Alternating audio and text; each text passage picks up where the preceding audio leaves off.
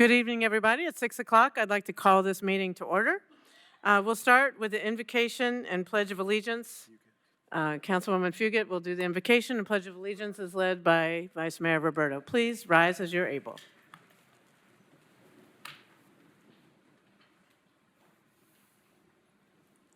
Holy One, I want to begin tonight with gratitude. Thank you for your many and abundant blessings. Thank you for life itself, for the measure of health we need to fulfill our work, for sustenance and friendship. Thank you for the ability to be involved and the honor of useful and meaningful work. I ask that you graciously grant those gathered here tonight to do the city's business wisdom to govern amid the conflicting interests and issues of our times. Give us the ability to work together in harmony, even when there is honest disagreement, and to remember that the work we do is not about us and our individual priorities, but that we represent the citizens of Knoxville. Please help us to always be mindful that the decisions we make and the actions we take should benefit those who live and work in our beloved city of Knoxville. Amen. Please salute the flag. I pledge allegiance to the flag of the United States of America and to the republic for which it stands, one nation, under God, indivisible, with liberty and justice for all.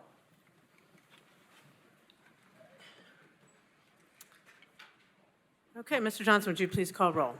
Councilwoman Fugit. Here. Councilwoman McKenzie. Here. Councilwoman Parker. Councilwoman Ryder. Here. Vice Mayor Berto. Here. Councilwoman Singh. Here. Councilman Smith. Here. Councilman Testerman. Here. And Councilman Thomas. Here. All members present, Mayor. Okay. Next item is approval of the minutes from our last meeting. Move to approve. Second. Motion made to approve and seconded. Any questions or discussion? Seeing none, all those in favor, please say aye. Aye. Any opposed? Motion carries. Are there any items to be withdrawn from tonight's agenda? Are there any items to be postponed? Are there any items requested to be added by motion?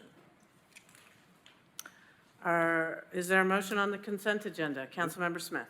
Mayor, I'd like to remove this from consent and onto the regular place of the agenda. I forgot to submit one of the contributions, so we can vote on it aligned with the agenda. I'd like to make an amendment at that time. Okay, motion has been made to move the consent item 12J off consent. Second. Has been made and seconded. Okay, we don't have to vote on that. Okay. And when one member objects, it automatically can be taken off the agenda per our city recorder. Okay, so moving right along. Excuse me. So now it's time for my mayor's report. Want to start by reminding everyone, what I'm sure everyone at this table is well aware of this, but for those watching, our swearing-in ceremony will take place here in the main assembly room this Saturday morning at 10:30 a.m. This will also be the final meeting with Councilwoman Janet Testerman, and we are very grateful for her 4 years of service with this council and for the city. So I want to thank you for your service. It's been a pleasure working with you. And appreciate all your service as a city council member. And I am confident that your service to the community will continue, both with your work with Young Williams Animal Shelter and myriad other activities you're involved in. So, Janet, thank you very much for your 4 years of service. You've done a great job representing our city. So thank you. Thank you, Mayor. Yeah, let's have a round of applause for Janet.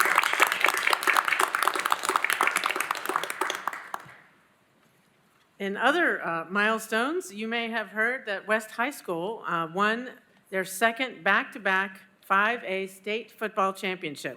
So congratulations to West High School, Coach Brown, Principal Ashley Spees, and I know my own daughters are West High grads, so for those of you who are familiar with West High, we are One West. That's right. Anyhow, congratulations to West High. I heard also that the game itself was, really a barn burner, and they had a goal line stand at the very end. So kudos to the whole team and to all the players and coaches involved. More celebrations are happening. I want to let you know that This Thursday, you're all invited to come out and celebrate all the upgrades at Morningside Park. Blue Cross Blue Shield provided more than $5.5 million to add new playgrounds, walking trails, much-needed bathrooms, and a maintenance fund, which is important. And the Thursday's ribbon cutting will be at 11 a.m. by the new playground. So please come out and join the celebration, and we look forward to seeing members of the community out there as well. Another milestone event is happening. This is also Thursday. There's going to be a retirement celebration for City Judge John Rawson. He has served the people of Knoxville for more than 35 years. And so please come help us celebrate his decades on the bench, 230 5th floor in the atrium here at the City County Building. So you're all invited. A quick reminder about our rules of decorum. Those who wish to speak either to a specific agenda item or during public forum should sign up with the city recorder ahead of time. Please do not use profanity, and when speaking to specific agenda items, please remember to stay on topic. Those who fail to adhere to these rules may be ruled out of order and asked to step away from the podium. For those who are listening, please note, you may not disrupt a public meeting from the audience. Those who do may be asked to leave. Thank you in advance for everyone's respect for these rules, and that concludes my mayor's report. Are there any reports from council members? Vice Mayor Roberto. Thank you, Mayor. Just wanted to wish everybody a happy holiday, and in particular wanted to thank our council staff for all that they do for us. There's a lot that goes on from behind the scenes of making sure that these meetings go off as they do.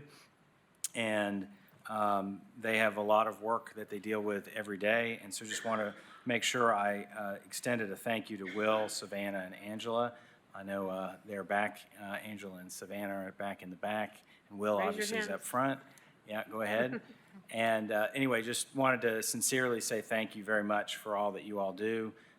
We really appreciate your efforts and all you do for the city. Also want to thank our attorney, Rob Frost, for all he does. I know he gets lots of phone calls from everybody, and we appreciate all of his help in moving legislation along here from council. Also, I noticed that Councilmember-elect Debbie Helsley is here in the audience, and so just wanted to recognize her and welcome her to council meeting, and I guess we'll see you up here next time we meet. So congratulations, and it's good to see you here. Thanks for joining us. Thank you, Mayor. Thank you, Vice Mayor. Councilmember Smith. Thank you, Mayor. I just want to echo your comments and applaud Councilwoman Testerman. I know everybody up here realizes the hours this takes, and you've been present, accountable, honest, and bold in circumstances, as we all try to be in things we believe in, but you've handled yourself with strength, and I've been honored to sit beside you, and I think all of us see a lot of nodding heads. I feel like you've done a great job for the citizens of Knoxville, so I just wanted to share that with you. Thank you very much. That means a lot to me, and it's been an honor and a privilege to serve this city, to serve with this council, and look forward to continued service. But thank you for those who supported me and believed in me, and it takes a village, so as you all know. Thank you. Thank you. Councilmember McKenzie. Thank you, Mayor. Just want to invite the community to come out Thursday, December the 14th, from 5:30 to 7:30. The 5 Points Up annual Winter Wonderland festivities and tree decorating will be held at the Phyllis Wheatley YWCA on Cruise, and the tree decorating will be at Walter Arty Park. There'll be a lot of fun events, music, and vendors that will be there, resources from the community. And then on Saturday, December the 16th, from 12 to 5 p.m., everyone's invited to Christmas in Burlington. That's going to be held primarily at Greater Warner, but also in the Burlington Business District along Burlington. There will be pictures with Santa at the Cafe Royale, formerly the Gathering Spot, from 1 to 3. Everyone's invited to please come out. And there will also be live music, singing, and entertainment. So a lot of fun, exciting things that are free going on in the East Knoxville community, and all are welcome. Thank you. Thank you so much, Councilmember McKenzie. Okay. Your light's still on, but you're done with your report? Okay. Thank you so much. All right, moving right along to item 8A. 8A is a resolution confirming the reappointments of Cheryl Ely and Chad Weth to the Knoxville City Golf Course Advisory Committee. Second. Motion made to approve and seconded. Any questions or discussion? Seeing none, all those in favor, please say aye. Aye. Any opposed? Motion carries. 8B is a resolution confirming the appointment of Aaron Donovan to the Animal Control Board. Second. Motion made to approve and seconded. Any questions or discussion? Seeing none, all those in favor, please say aye. Aye. Any opposed? Motion carries. 8C is a resolution confirming the appointment of Ebony Winford to the Knoxville Transportation Authority Board. Move to approve. Second. Motion made to approve and seconded. Any questions or discussion? Seeing none, all those in favor, please say aye. Aye. Any opposed? Motion carries. 8D is a resolution of the Council of the City of Knoxville appointing Nicole Elliott and Ronnie Brabson to the City of Knoxville Audit Committee. Move to approve. Second. Motion made to approve and seconded. Any questions or discussion? Seeing none, all those in favor, please say aye. Aye. Any opposed? Motion carries. 9A is an ordinance to change the base zoning classification for property located at 707 DeLapp Drive from RN1 District to RN2 District. Jim Fox, applicant, 5th District. Move to approve. Motion made to approve and seconded. Any questions or discussion? Seeing none, all those in favor, please say aye. Aye. Any opposed? Motion carries. 9B is an ordinance approving the request of Amy Sherrill for an amendment to the North City Sector Plan from low-density residential to medium-density residential office for property located at 114 Sylvia Drive, 5th District. Move to approve. Motion made to approve and seconded. Any questions or discussion? Seeing none, all those in favor, please say aye. Aye. Any opposed? Motion carries. 9C is an ordinance approving the request of Amy Sherrill for a one-year plan amendment from low-density residential to medium-density residential office for property located at 114 Sylvia Drive, 5th District. Move to approve. Second. Motion made to approve and seconded. Any questions or discussion? Seeing none, all those in favor, please say aye. Aye. Any opposed? Motion carries. 9D is an ordinance to change the base zoning classification for property located at 114 Sylvia Drive from RN1 District to RN5 District. Amy Sherrill, applicant, 5th District. Move to approve. Motion made to approve and seconded. Any questions or discussion? Seeing none, all those in favor, please say aye. Aye. Any opposed? Motion carries. 11A is a resolution honoring the memory of Larry G. Cox and to express council's condolences to his family upon the occasion of his passing. Move to approve. Second. Motion made to approve and seconded. Councilmember Testerman is going to read the resolution and present it to Ms. Brenda Cox, who's here today to receive it on behalf of her family.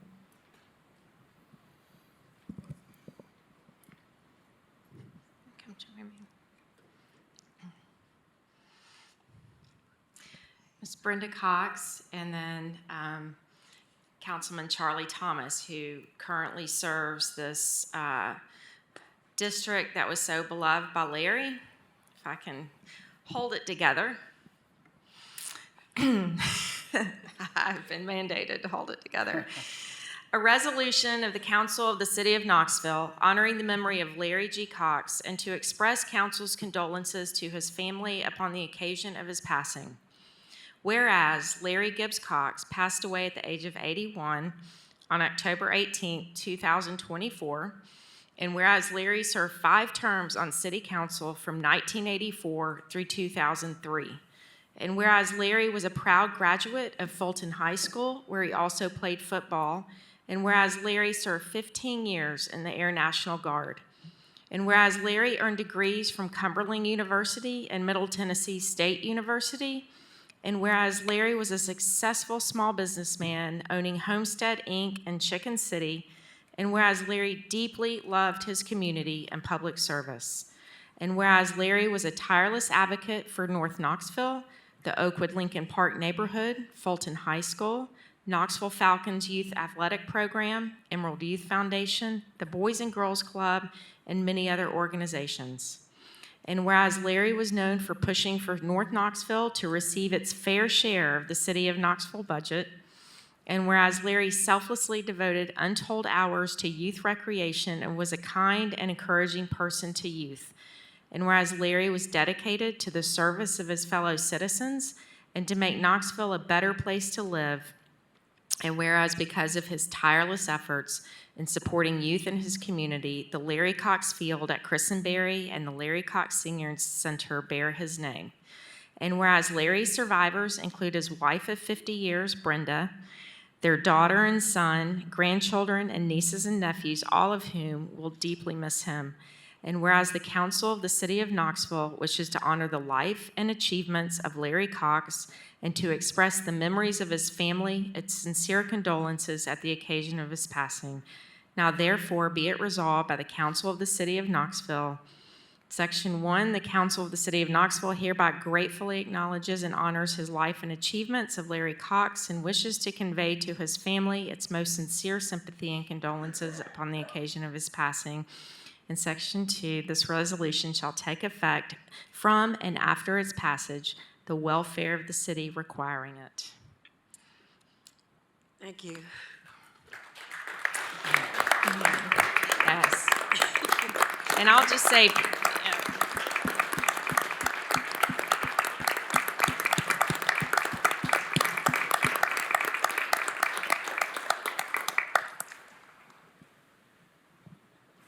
Thank you so much, Ms. Cox, and thank you, Janet Testerman, for reading the beautiful resolution, and for Councilmember Thomas for continuing to represent the 5th District so well. Councilmember McKenzie? Thank you, Mayor. And to Brenda, I just want to say that Larry was such an angel. He was such a jewel. He loved children across this city. There was nothing that he would not do to help families and children, to keep them encouraged and inspired. I've never met a person quite like Larry Cox. When I was campaigning the first time and he said, hey, bring about 300 of your flyers down here to the homecoming at Fulton. And I said, 300? Am I going to put them on cars? He said, just meet me down here. And Larry literally knew every person who came, I don't care what their color or nationality was. And he said, hey, this is my friend Gwen McKenzie, you're going to vote for her. You want to sign? And I'm like, Larry, I'm not used to that. I'm not used to that. I think we're supposed to ask people. He said, oh, no, I know them. And sure enough, he knew all of them, and he'd ask about their kids and their grandkids, and just the love that he had for this city, and especially for young people, not just in his district, but across the city, was amazing, and he's truly missed and loved in this city. I just wanted to thank you for sharing him with us all these years. Thank you, Councilmember McKenzie. And Brenda, I would like to add that Larry was a friend to so many, whether you were 10th generation Knoxvillian or new to Knoxville like I was once upon a time. He welcomed everybody, was so kind. He was always very supportive of me, and he was a hard person to say no to when he asked you to coach a team or whatever, because he was always, he would never ask somebody to do something he wasn't doing 100 times over. So I was really pleased that he encouraged me so much. And as you may remember, we have the same birthday. So every March 30th, he would always send me a happy birthday wishes, and I would send the wishes to him. So I will always think of him on March 30th and also the other days of the year, because his legacy lives on in so many ways. So we're really grateful that I think Councilmember McKenzie captured it well, that your family shared him with the community, because I know he was a great husband and father and grandfather, but he also was a friend and father in many ways to the whole city. So we're very grateful, and he will be missed. Councilmember Thomas. Yes, I just wanted to say that Larry was a friend of mine for over 30 years, and he was always a tremendous resource for me. He knew the area very well. He knew the history of the area, and he was always generous with his time and answering any question or offering any help. There's one anecdote that I remember from Larry. If I don't get too choked up to tell it. But we were one time talking about some issue up in the district, and it had something to do with youth. And it could have been any number of things because he was involved in so many things over the years with youth. And when Larry was walking away, I heard him say to himself, he said, I got to take care of these kids.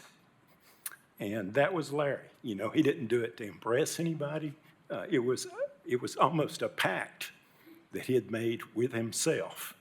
But I never forgot him saying that, and that summed him up so well. I got to take care of these kids. And he served humanity pretty much to his last breath. And so he was a treasure to the community, and we'll never forget him. Thank you. Thank you. Councilmember Testerman.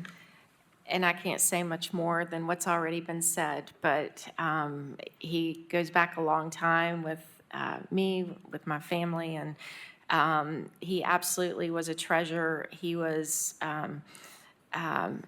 every time you're around him, he was infectious, he was contagious. His love, his laughter, everything that he dedicated, his commitment, just transcended everything that he touched and did. And being with him at the dedication of the Christenberry ball fields was just, it was priceless, and just thrilled that he was able to be there. So our love is with you. We're wrapping you in thoughts and of peace and healing. And thank you for being here tonight and allowing us to share this with you.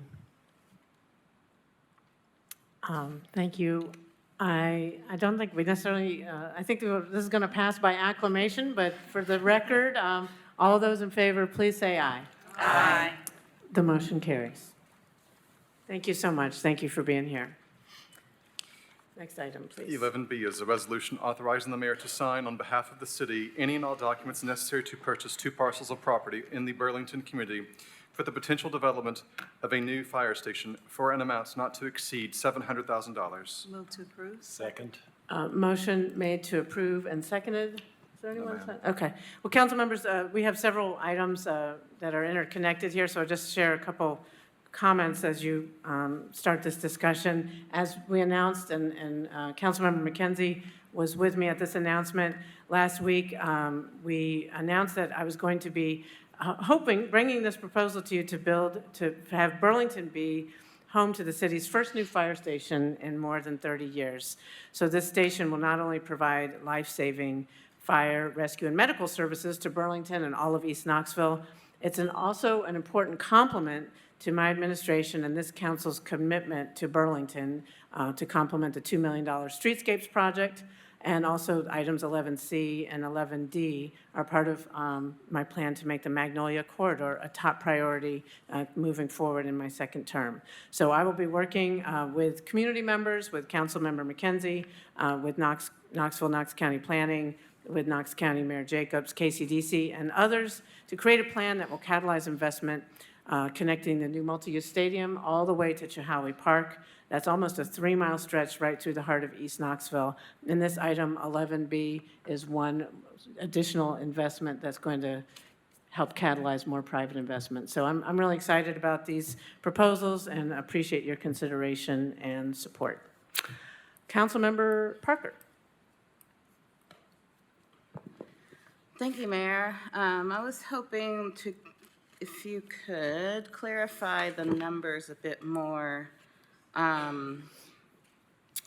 Since there is $700,000 before us on this agenda item, and then later 1.15 in the budget amendments.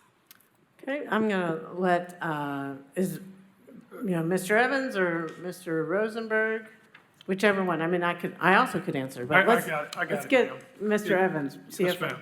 It's $700,000 is for the purchase of the property, and the other $450K that comes up to the total of, I think it's $1.15 million in your budget amendment. That $450K is for a consultant to assess it, design everything, so we can get ready to build later on. And I believe what we have before us are 2 parcels that are quite a distance away from each other and not at the original location. Can you help me understand Mr. Rosenberg? the plans for those He's two most familiar with parcels? the real property under negotiation. Also, How's the- potential for the properties to be used for streetscapes. I'm just curious of the full plan. Microphone is not working?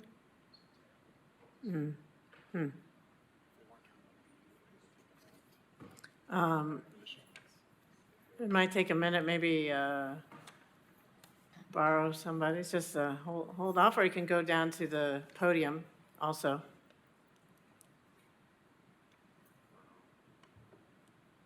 We also have a mic, roaming mic. Let's go down to the podium. Yeah, that'll work. Thank you. Hopefully that one turns on. Yes, that Okay, one's on. now it works. Sorry about that. First time speaking in a council meeting. To answer your question, the two parcels are actually contiguous parcels. They're connected. They're adjacent. They're contiguous to one another. So they're separate. They're, I guess, across the street from where the original location is. They are, they're on the same, I guess that would be the north side of MLK. Right, yeah, there's Across, a tiny little, There's actually a fire easement. It's actually not a street there that runs between. It looks kind of like an alley or a street, but it's actually a fire access easement. Okay. It looks like a street, but it's actually contiguous with the buildings along that corridor. and obviously the footprint is larger than what was there previously, if both of those parcels are to be used for this new location. Yeah, I think we would, well, we still need to go through a design process, but I would anticipate the fire station won't take up the entirety of both parcels. But we wanted to have control of both parcels to be able to have that space needed to site plan and have access and egress for fire tracks. Gotcha. What circulation. else do you anticipate might take up that space? At this point in time, there are no plans, no other plans for the property. There is some of the parcels we're going to need for the streetscapes project as well. So right now it'll serve fire station and streetscapes, and then we'll go through programming and design and see what other opportunities there may be for the parcel. Okay, Some other public spaces and other space there needed. thank you. Thank you. Before I move to Councilmember McKenzie, if PBA has suggested that if you all turn your mics off while you're not speaking, that somehow that'll make it easier for the other mics to work. I don't know if that's true, but we'll give it a try, so thank you. Councilmember McKenzie. Thank you, Mayor. I just actually wanted to, Grant, once you mentioned the little alley easeway there in between those properties, historically, we've always thought that was a street because everyone goes through there. And to hear you say that it's not a street, it's just an easement that everyone has always, historically, since I was little, used as a street. Yeah. And so, and not to say that there's not necessarily been a benefit, but I do think by closing that off would absolutely make it a little bit safer as it relates to traffic merging onto either Asheville Highway where it intersects or Rutledge Pike. So, and personally, I'm really excited about this project moving forward. This is a long time coming for investment and beautification in Burlington. But also, it was also interesting, Mayor, when I was telling people about the press conference and asking them to come, a lot of people said, I didn't even realize there was a fire station in Burlington because it's so small that sits back away from the street. And I'm like, well, where did you think that the fire trucks were? They're like, well, we figured it was coming from Asheville Highway. So this is absolutely a long time coming, and really excited to see this investment in Burlington. Thank you. Thank you. Councilmember Thomas.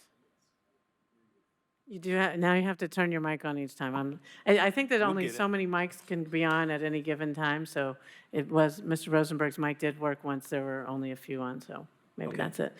Thank you. Okay. I agree with Councilmember McKenzie. Mr. Rosenberg, this, of course, is a good opportunity to redesign and rebuild and upgrade a fire station. Could you talk a little bit more about some of the ancillary improvements? You mentioned the streetscape. Could you kind of expound on that a little bit more so we have a better idea of what kind of improvements may be happening with this project in addition to the fire hall? Well, thank you for asking. Yeah, the existing streetscapes project already needed to acquire some right-of-way from this parcel anyway, so the city was already with plans to acquire some pieces of that to support the streetscapes project. I'll let Mr. Claybo, if you wanted to speak in detail about the streetscapes project, but in general, this site in particular will anchor the streetscapes project, and you know, we haven't gotten into design yet on the station itself, but we want something obviously that's going to look like more an urban scale, urban design for a fire station, modern fire station. I think we're looking at a two-bay fire station, fire hall that will anchor the streetscapes development. Okay, thank you for that. We've talked over the years about the need to improve this area and steps that'll be taken. This will be a significant step, at least in that right direction. So appreciate your efforts.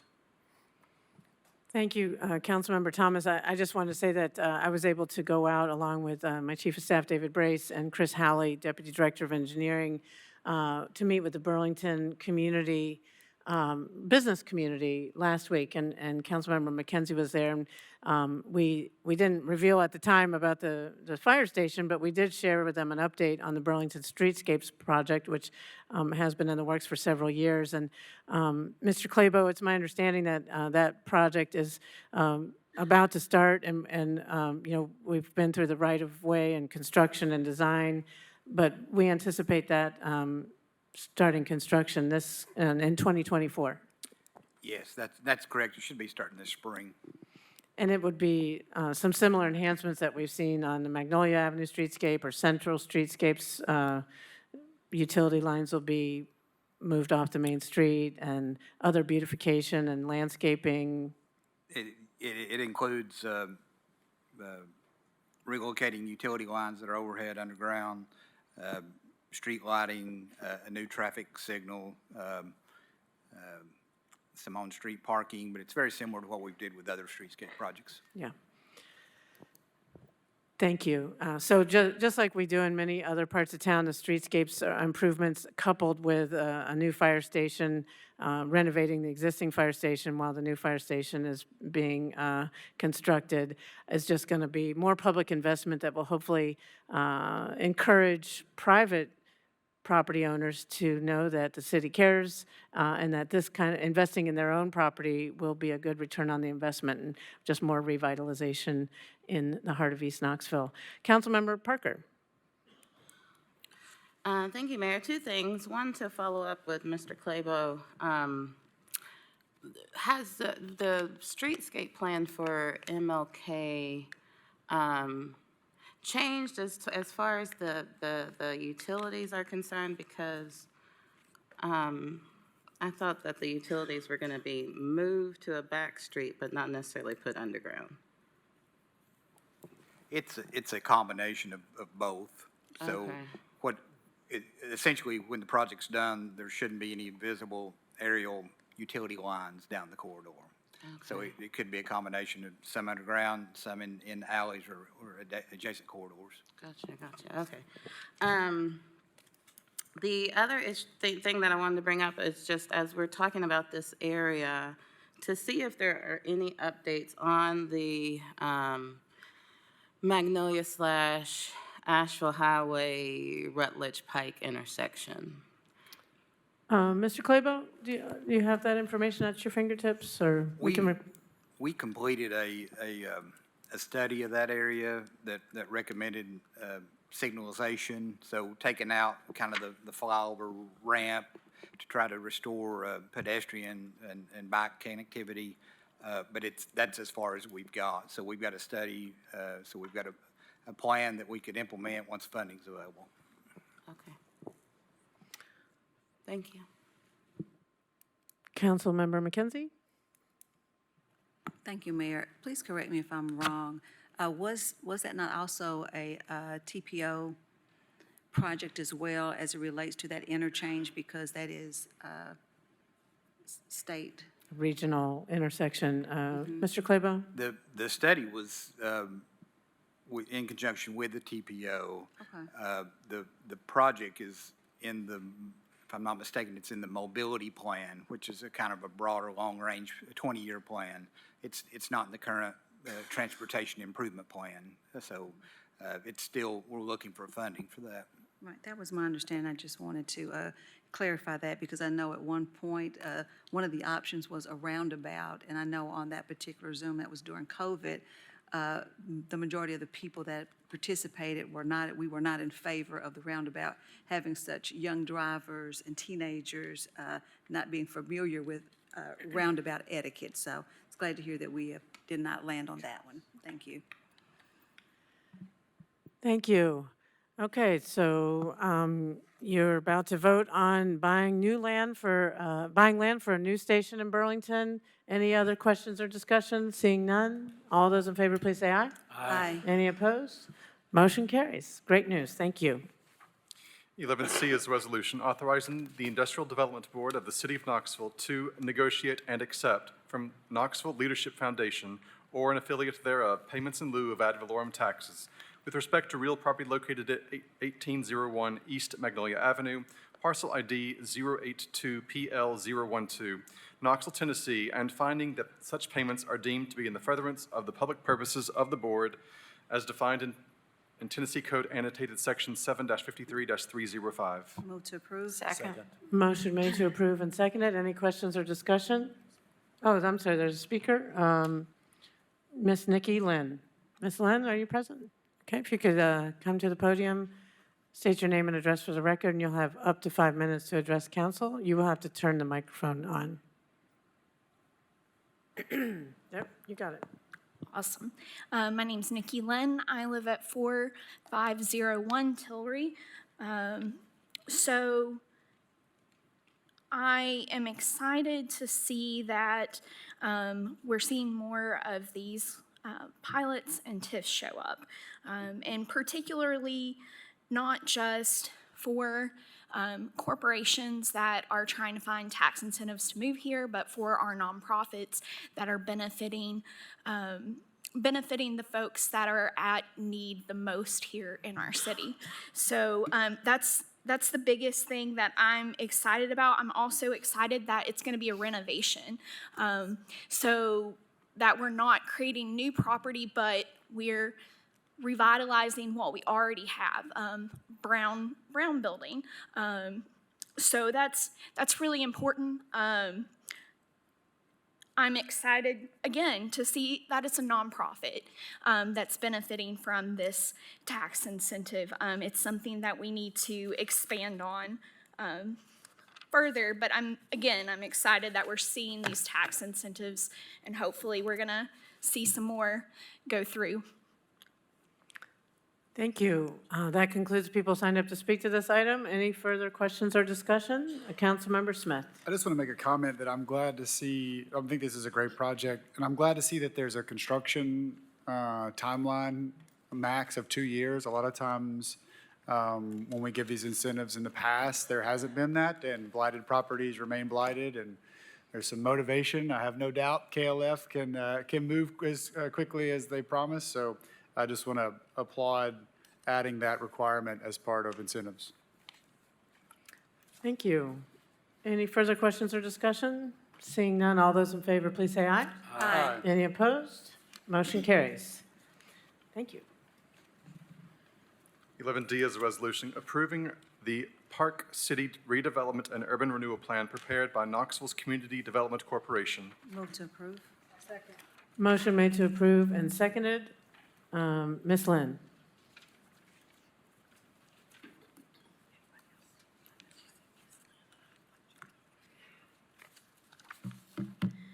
So, again, with the pilots, but in this case, a TIF, I'm really excited to start to see these more prominently announced to the public, and hopefully utilized.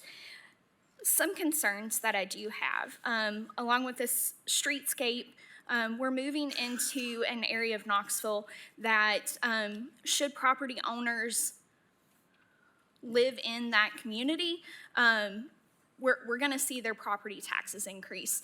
We're looking at folks with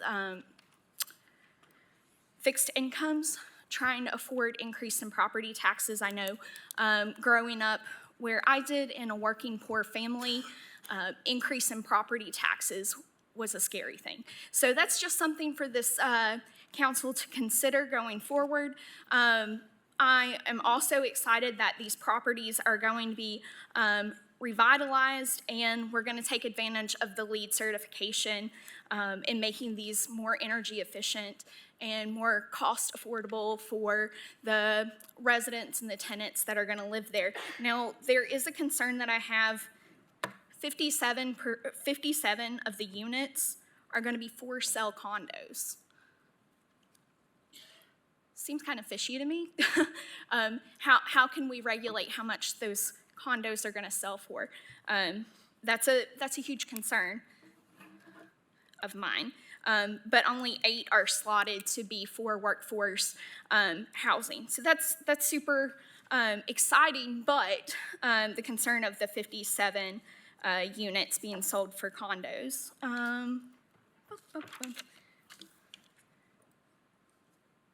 So those were my biggest concerns, but I'm really excited to start to see, again, more affordable, hopefully affordable housing, and these tax incentives being used for housing.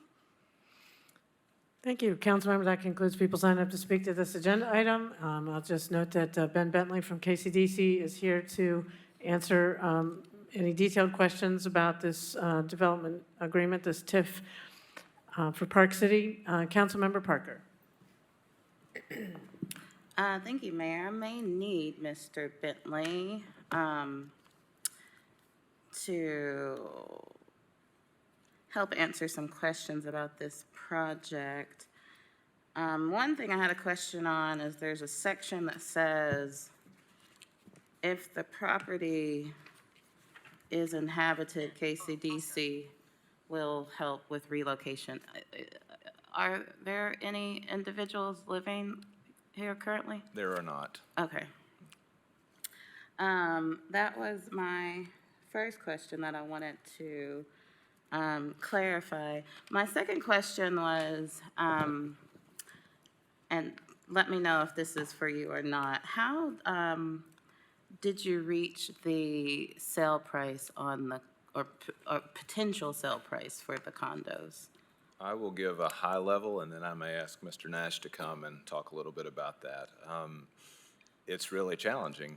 In this particular market, there are not a lot of comparable condo sales. I think that's one of the exciting things about this project is it is establishing a little bit of a market in that area so that maybe we can see the creation of more for sale and rental units because people know what that sale price is going to be. But you've hit the nail on the head. It's very challenging. There's a lot of risk inherent with this project, in my opinion, because of that.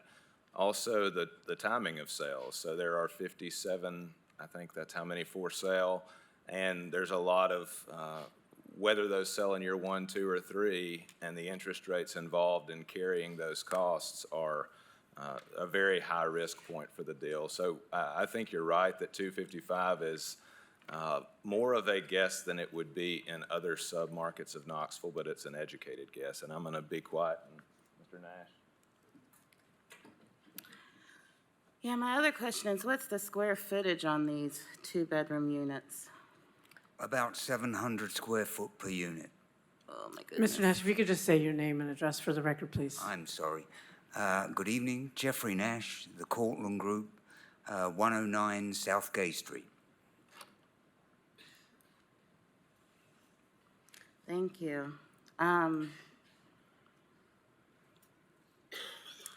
I think that really covers my questions. I appreciate you Thank you. standing up, but I think that's Thank you. it. Okay, any other questions or discussion? Seeing none, all those in favor, please say aye. Aye. Any opposed? I will abstain.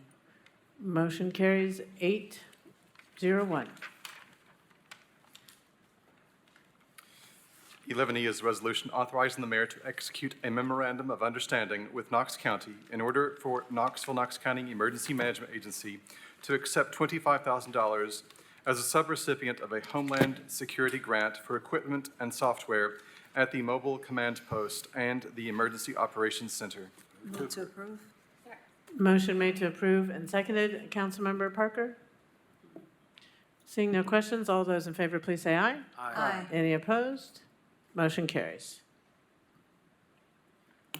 11F is a resolution authorizing the mayor to execute an agreement with Knoxville Urban Renaissance Builders, LLC, in an amount not to exceed $44,450 for the Fire Station Number 6 repairs project. Move to approve. Motion made to approve and seconded. Council members, just to clarify, this is the money. We'll make some additional repairs to shore up the existing fire station while we work on the new station, because as we know, it takes a while to design and build a brand-new station. And we do know that the current station is already safe for our firefighters to be in right now. This will shore it up even more, and also for future, if we put it out in the market, we want to make sure that it's engineered for whatever the future uses may be once the new fire station is ready. So that's what this one is for. Any questions or discussion? Seeing none, all those in favor, please say aye. Aye. Any opposed? Motion carries.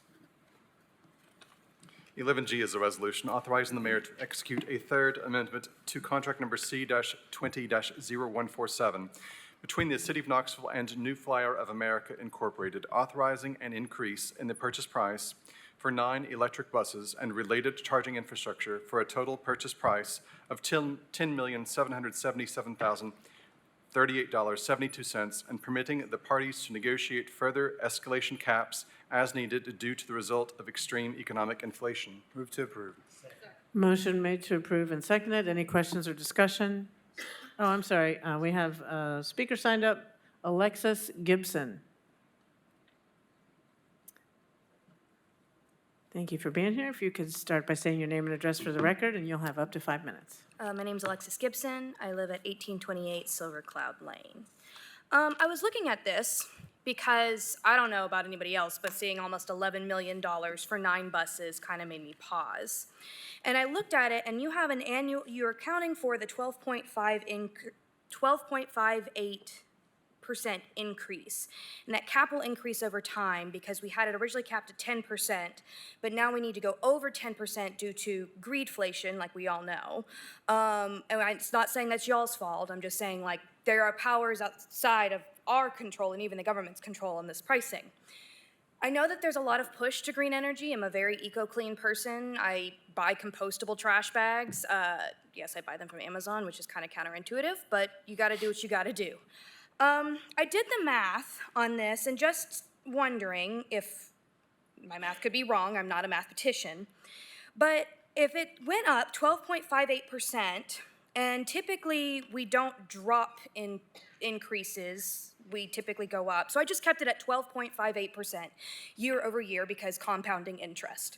So if right now we've already negotiated from what I think was the original price of $9,422,330.55 to the first year and December 23rd, if I read that right, to $10,777,038.72. If we just duplicate that increase, because it's every year you're allocating the total amount. After 5 years, it looks like this project goes from being $9 million to $17 million. And I'm not sure how that grant works, but I am concerned is if you guys are going to vote on this year over year as inflation rises and we go from $9 million to $17 million, well, that's almost a 100% increase over the course of 5 years. And then I looked at batteries because there's a big push for batteries right now, and I think that's federally, but batteries are really bad for the environment. They don't do well in cold, especially you can see that with Tesla. I learned that the hard way when I had to go get my best friend off of Mount Juliet on her way to Missouri in the wintertime in 2021 because the Tesla battery couldn't handle the charge for the cold. We know that climate is getting crazier. We know that the colds are getting colder and the hots are getting hotter. So I calculated that right now in the first year, our batteries, because that's what it said is roughly this increase is due to the batteries, Year one, we're looking at $1,354,708 for 9 batteries. That comes out to roughly $150,523. Over the course of 8 to 12 years is when you need to replace batteries. So at 5 years, just the total contract alone to complete, we're at $17 million. Going with the 12.5% increase, at 8 years, each battery goes to up to $437,274.79. And then by year 12, we're at $702,424.12 on battery replacements alone. Now, my question here is, if this grant is for electric, I get it, but that's $11 million to reduce CO2 emissions. What's our return on investment for that? Are we going to rely on the federal government to give us more money to keep up with these? Or is there another alternative that maybe you all considered where we could actually just save up ourselves? And yeah, it would take a little bit longer, but we're already in the negative. I mean, we're already 5 years behind on climate action anyway. What's another 2 years? Did you guys consider maybe upgrading your bus stops so that more people could use the bus? I grew up in Knoxville, and one of the places that I did in college was I studied at this church over off of Magnolia, Pastor King and Sister King, and I tutored at-risk inner-city kids. I still owe a kid there a pumpkin. I never got that for them. I have a signature. They have it. I owe Jada a pumpkin, if she's watching this. One of the things that I noticed since moving back was that the roads over at Magnolia hasn't changed. The trolley stop out here at the front doesn't have a roof. There's nowhere for people to sit while they're waiting. There's not really anything safe for children to do, like if mothers with young children. So we're investing all of this money into upgrading stuff that is ultimately going to be a degradation on our financials. Because if the government is just giving us this, or the federal government is only giving us $11 million now, and that's it. It's gonna cost us so much more money in the long term to replace these diesel fuels that people won't be able to use the CAT. So we won't, I'm just confused. Are there other ways that you've considered? I know you all are really smart, and maybe you've already considered this, but I am a little bit worried that we're dumping millions and millions to go out to a contractor who's not even based in America, but we could refunnel that into improving our own city and reducing CO2 levels at the same time and making it more accessible. Thank you so much. Has anyone else signed up for this one? No. Council members, that concludes the people who signed up to speak to this. Mr. Thorne, Director of CAT, is here to answer any questions you may have. Are there any questions or discussion? Seeing none, all those in favor, please say aye. Aye. Any opposed? Motion carries. 11H is a resolution authorizing the mayor to execute an agreement with Cornerstone Government Affairs Incorporated in the amount of $180,000 to provide governmental relations services for the city of Knoxville. Move to approve. Second. Motion made to approve and seconded. Any questions or discussion? We do have a speaker. Okay, Ms. Lynn.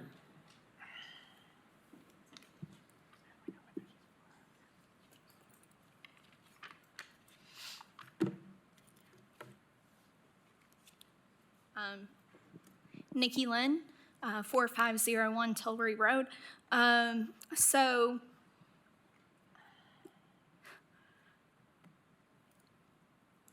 we're talking about a lobbyist for the city of Knoxville at our federal government in Washington.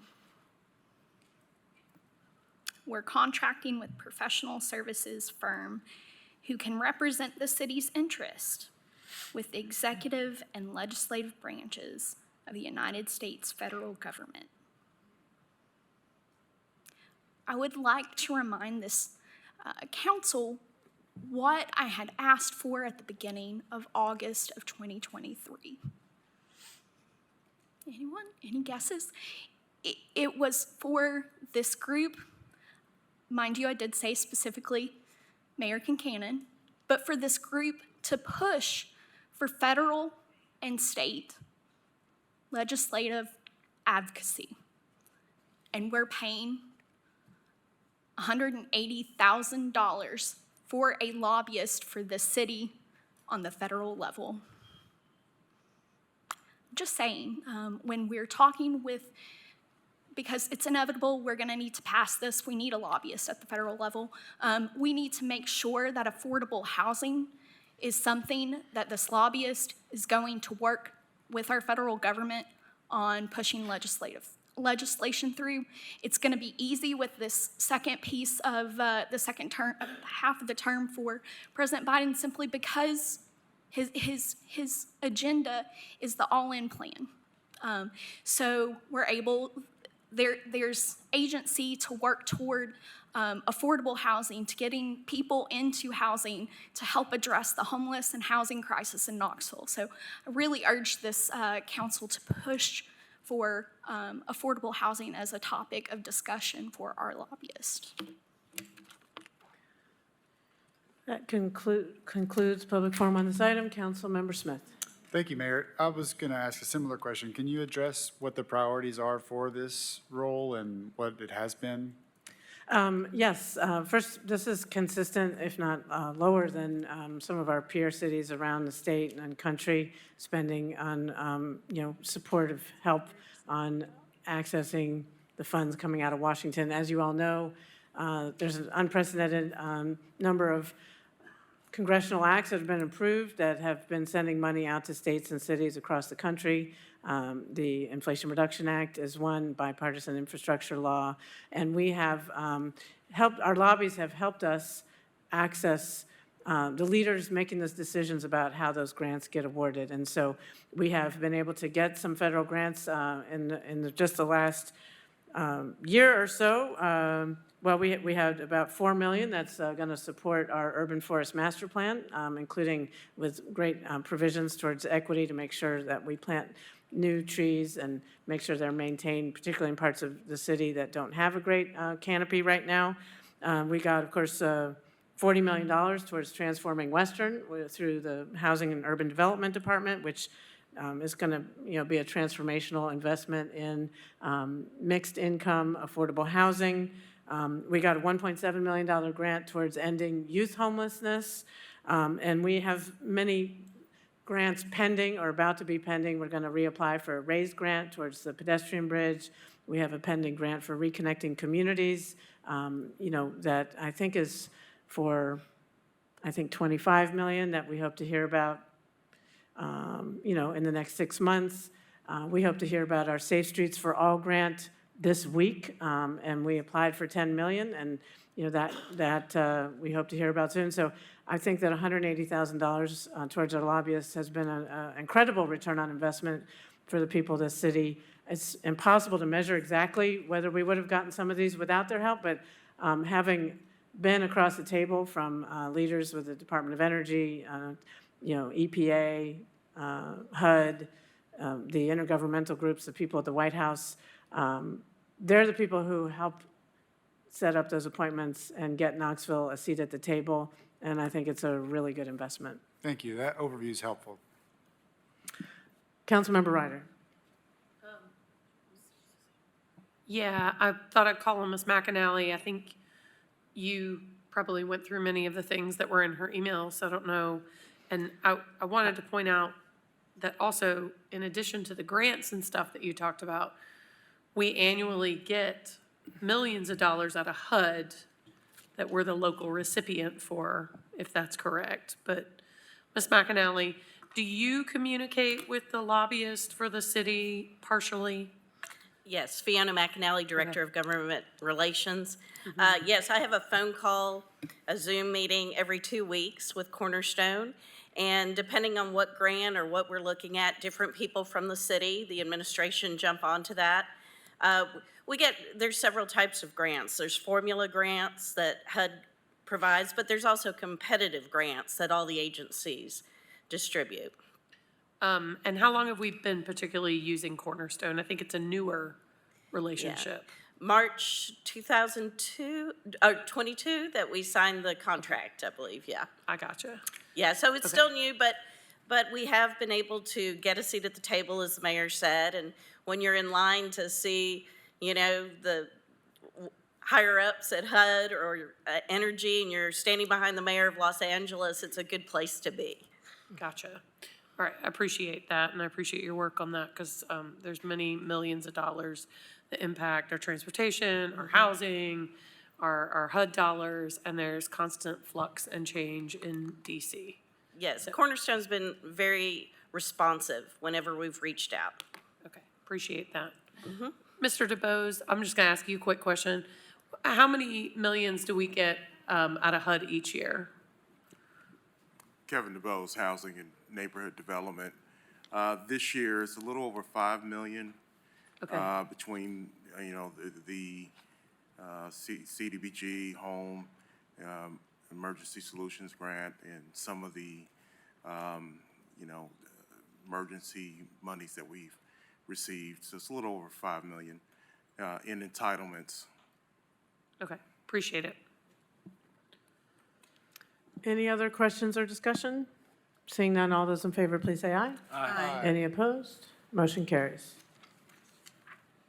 11I is a resolution authorizing the mayor to execute an agreement with Fred D. Tony Thompson Jr. in the amount of $72,000 to provide governmental relations services for the city of Knoxville. Move to approve. Second.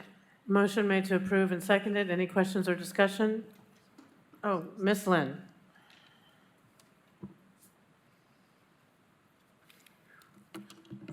Nikki Lynn, 4501 Tillery Road. Again, I don't need to reiterate, I asked for advocacy in August. This is specifically with the state. What's our favorite, bill right now with the state? It's Title 66, Chapter 28, Rent Control. This lobbyist, again, can work on our behalf to negotiate, to lobby for the repeal of this law to help alleviate the cost of housing. I'll address the HUD thing later, but yeah, so this is a perfect opportunity for this city to say, along with other cities in the state, with their lobbyists, that enough is enough, we need to repeal this. So inevitably, we're going to pass this. I also have a concern, though, for how long we've been working with this individual. It looks like, was it 23 years? I didn't jot that down. Yeah, 23 years. Has that been on the table, repealing rent control? Just a thought. Yeah.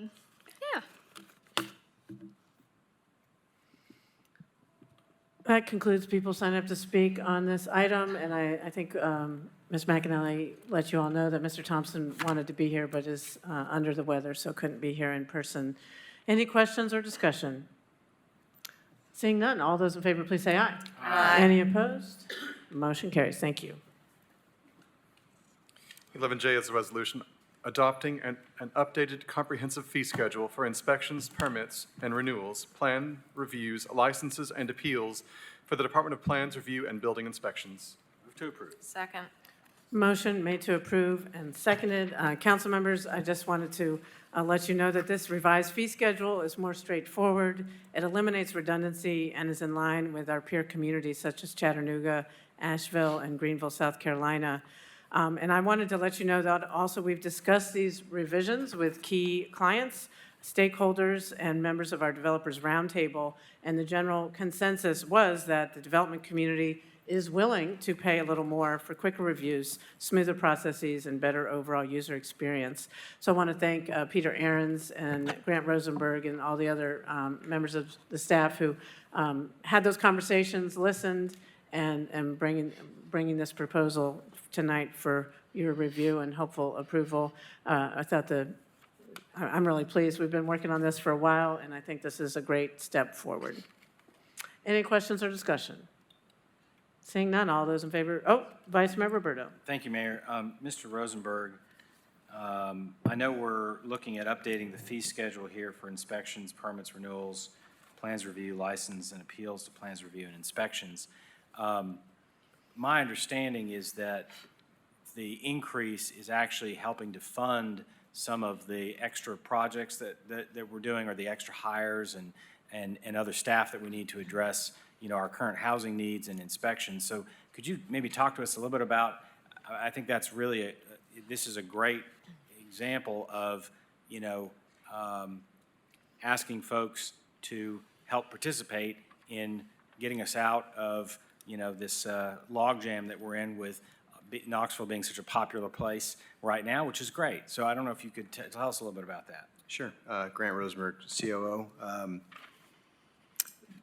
The funds from this fee schedule will offset the 4 positions in plans, review, and inspections that are in the budget amendment, which you'll be hearing later on in this agenda. There's also some fee revisions we're going to do in our stormwater engineering ordinance that will offset the 2 new positions in stormwater engineering. Those will come later, early next year, hopefully in January. But yeah, this is a big step forward. It's a lot of the challenges we have. Again, software improvements are another big piece of this component that we need to make some improvements and make some investments in. But at the end of the day, it's people. We just need more people. We need more inspectors. Our plans reviewers are spending majority of their time doing inspections, which means we don't have as many people doing plans review, and that backlog continues to grow and grow. We can't turn down work in our plans review department like the private sector can. So we just need more people, more staffing. But a big component, I'm glad you asked the question because I wanted to highlight really the major component to this effort is establishing some benchmarks and some accountability measures in terms of delivering on some turnaround times. So having some more consistent turnaround times and having a tiered review system. So for for residential projects, 7 days, small commercial, 14 days, larger commercial, 21 days, and then obviously the much larger complicated projects can be 30 days or more. But having that predictability for the private sector, our clients, is a really big deal. And it's something that really they've been asking for. And again, I think are willing to pay a little more in return for a more predictable process. Well, and I appreciate that, and I also thank you for the commitment to the benchmarks, because that way we can actually be able to show, year after year how things are improving. I know Director Aarons has been working on that for some time as well, and I've applauded those efforts, but I think, having this focus is really important, because in order to address the situation we're in, we're going to need to have, everyone out there working, and obviously we need to work within the bounds of the budget, but I think this is a good proposal, so just appreciate it, and thank you for your comments.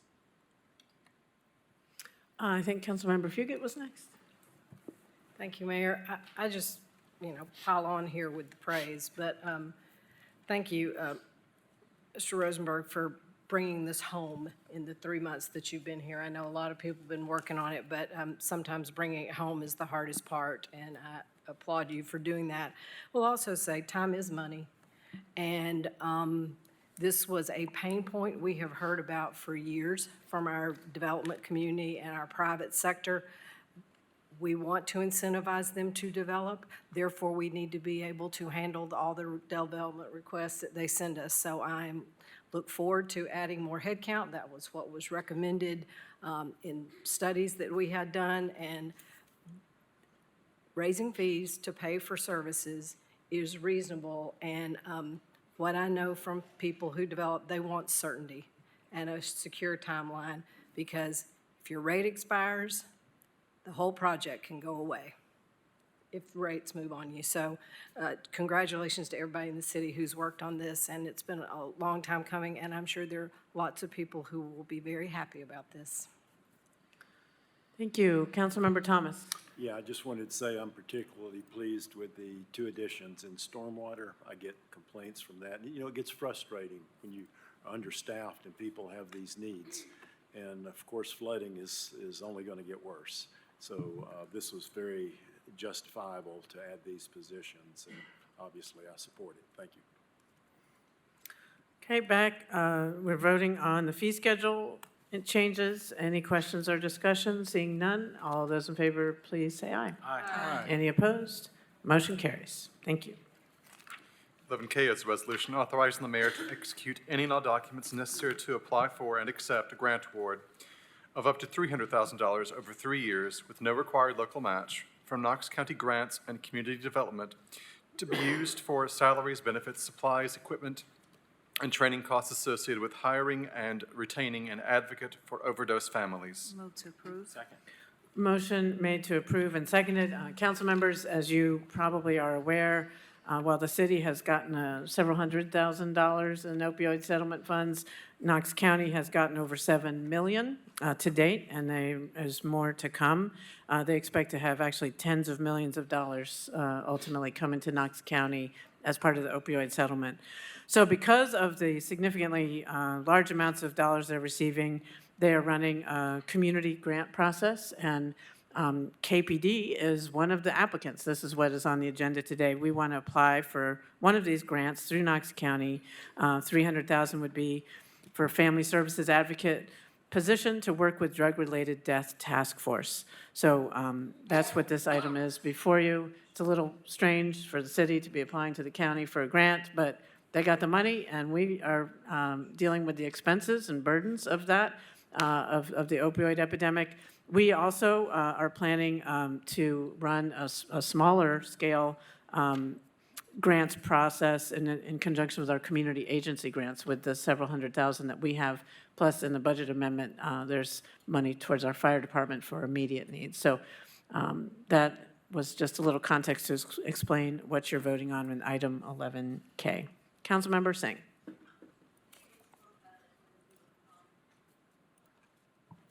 Thank you.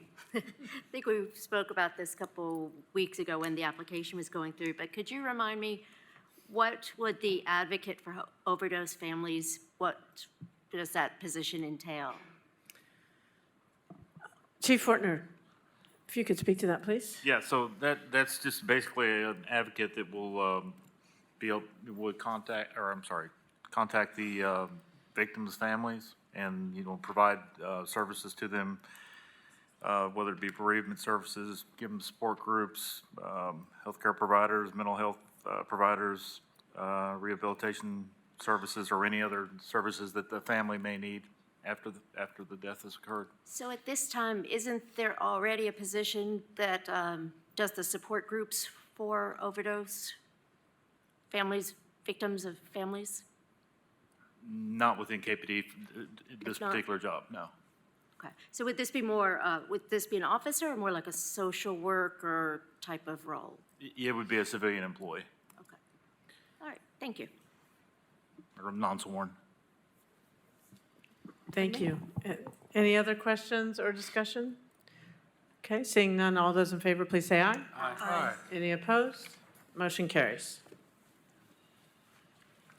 12A is an ordinance to amend the operating and capital budgets for fiscal year 2023-2024. Move to approve. Motion made to approve and seconded. Any questions or discussion? I think we have some people signed up. Okay. Okay, Zoe Scott signed up to speak on item 12A. Ms. Scott, if you could come to the podium, state your name and address for the record. Hi, Zoe Scott, 4013 Heather Court, 37919. My name is Zoe Scott. I am the Advocacy Director for Bike Walk Knoxville. We are a local nonprofit organization that works to make Knoxville a better place to bike and walk for people of all ages, abilities, and backgrounds. And as a part of that work, we have been really proud to work alongside the city of Knoxville on Vision Zero for the past several years. Back in October of 2021, this body unanimously approved a resolution in support of Vision Zero. And then back this past summer, the city recently published the Vision Zero Action Plan. One of the recommendations in that action plan is to hire a Vision Zero coordinator, which is why we are so excited to see included in this budget amendment the creation of some funding for that position. A Vision Zero coordinator would help the city be able to collaborate amongst all of the different departments that are necessary to achieve the goal of zero roadway fatalities and serious injuries. It would help us to advance a lot of these projects that we know that the city is already working on. Things like applying for grant funding, whether it's federal or state, and just in general looking at ways that we can use infrastructure and policy to help save lives on our streets. I would like to thank Mayor Kincannon and City Council and everyone within the city that has worked so hard to help move this forward. And on behalf of Bike Walk Knoxville and everyone who wants to get around safely in our communities, whether they are biking, walking, driving, taking the bus, or using any other form of public transportation, I encourage you to approve this budget amendment. Thank you. Thank you, Ms. Scott. That concludes people who signed up to speak to this item. I just want to let you all know that you're all been here 4 to 6 years, so you know that periodically, once or twice a year, I bring you a budget amendment for your consideration as we work to meet the needs and opportunities that arise during the first 6 months in the middle of the budget year. I know our CFO, Boyce Evans, has provided each of you with an overview, and various members of my cabinet have been able to answer specific questions that you might have about any given item in this budget amendment. Just looking over it, I'm very excited about all these initiatives and feel they are excellent reflection of the city's priorities, whether that's through supporting diverse business enterprises and responding to our disparity study, investing in affordable housing, investing in our fire service. There's just a lot of good stuff there. Also responding to the needs of our own team. I had a meeting with Tom Clabo, Director of Engineering today, and I'm so impressed with all the work our engineering department's doing and getting so much done. So like Mr. Thomas was saying, just adding more staff to address the volume and capacity of work. There's just a lot in here that's going to help our city thrive across all sectors. So I appreciate your discussion and consideration and hopefully support of this budget amendment. Council Member Parker and then Ryder. Thank you, Mayor. I'd actually like to move that we divide the question. If this would allow us to go through each item rather than voting on it as one budget amendment. And my primary reason for doing that is that the regular housekeeping budget amendments, one-time expenses, I feel comfortable with during these budget amendments, but those reoccurring expenses, it's difficult for me to support without having that overall budget conversation that helps us understand how this not only will impact our budget in the immediate, but budget planning long-term, because of course we have many priorities as a city that we all hope to see move forward in the coming years. So that being said, I would like to make a motion that we divide the question. There's been a motion to divide the question. Is there a second? I'll second. Okay, I understand from our city recorder that I think we need a little more specificity on that. Mr. Johnson or Mr. Swanson, Mr. Swanson, could you help We need some Councilmember? information about how you intend to divide the question. Do you intend to vote on each individual item? Yes, that's the only dividing of the question that I understand. Well, no, there's a number of ways to divide it. You could single out one or two items that you wanted to vote on individually and then vote with the rest as a group, or you can go each individual question. And that's your call. There are no specific items that I'm trying to highlight. I'm trying to give space for each item to be considered individually. All right. Okay, so there's a motion on the floor. Councilmember Ryder, were you wanting to speak to this motion? Okay, any other questions or discussion about this motion? Seeing none, all those in favor, please say aye. Any opposed? No. Motion fails. Back to the original motion, which is to consider the budget amendment in its entirety. Councilmember Ryder. Thank you. Director Clabo, I just had a couple of questions. The Vision Zero position that'll be within your department, how exactly do you, I know maybe this is early, how do you exactly think that will be working? So the intent of that position is to implement the action plan. So we've got several priorities within that action plan. So Okay. we don't, with current staffing, we don't have the capacity for someone to be dedicated to implementing that. So that's really the intent of that position is for someone that wakes up daily looking at that action plan and working within engineering and other departments to implement that.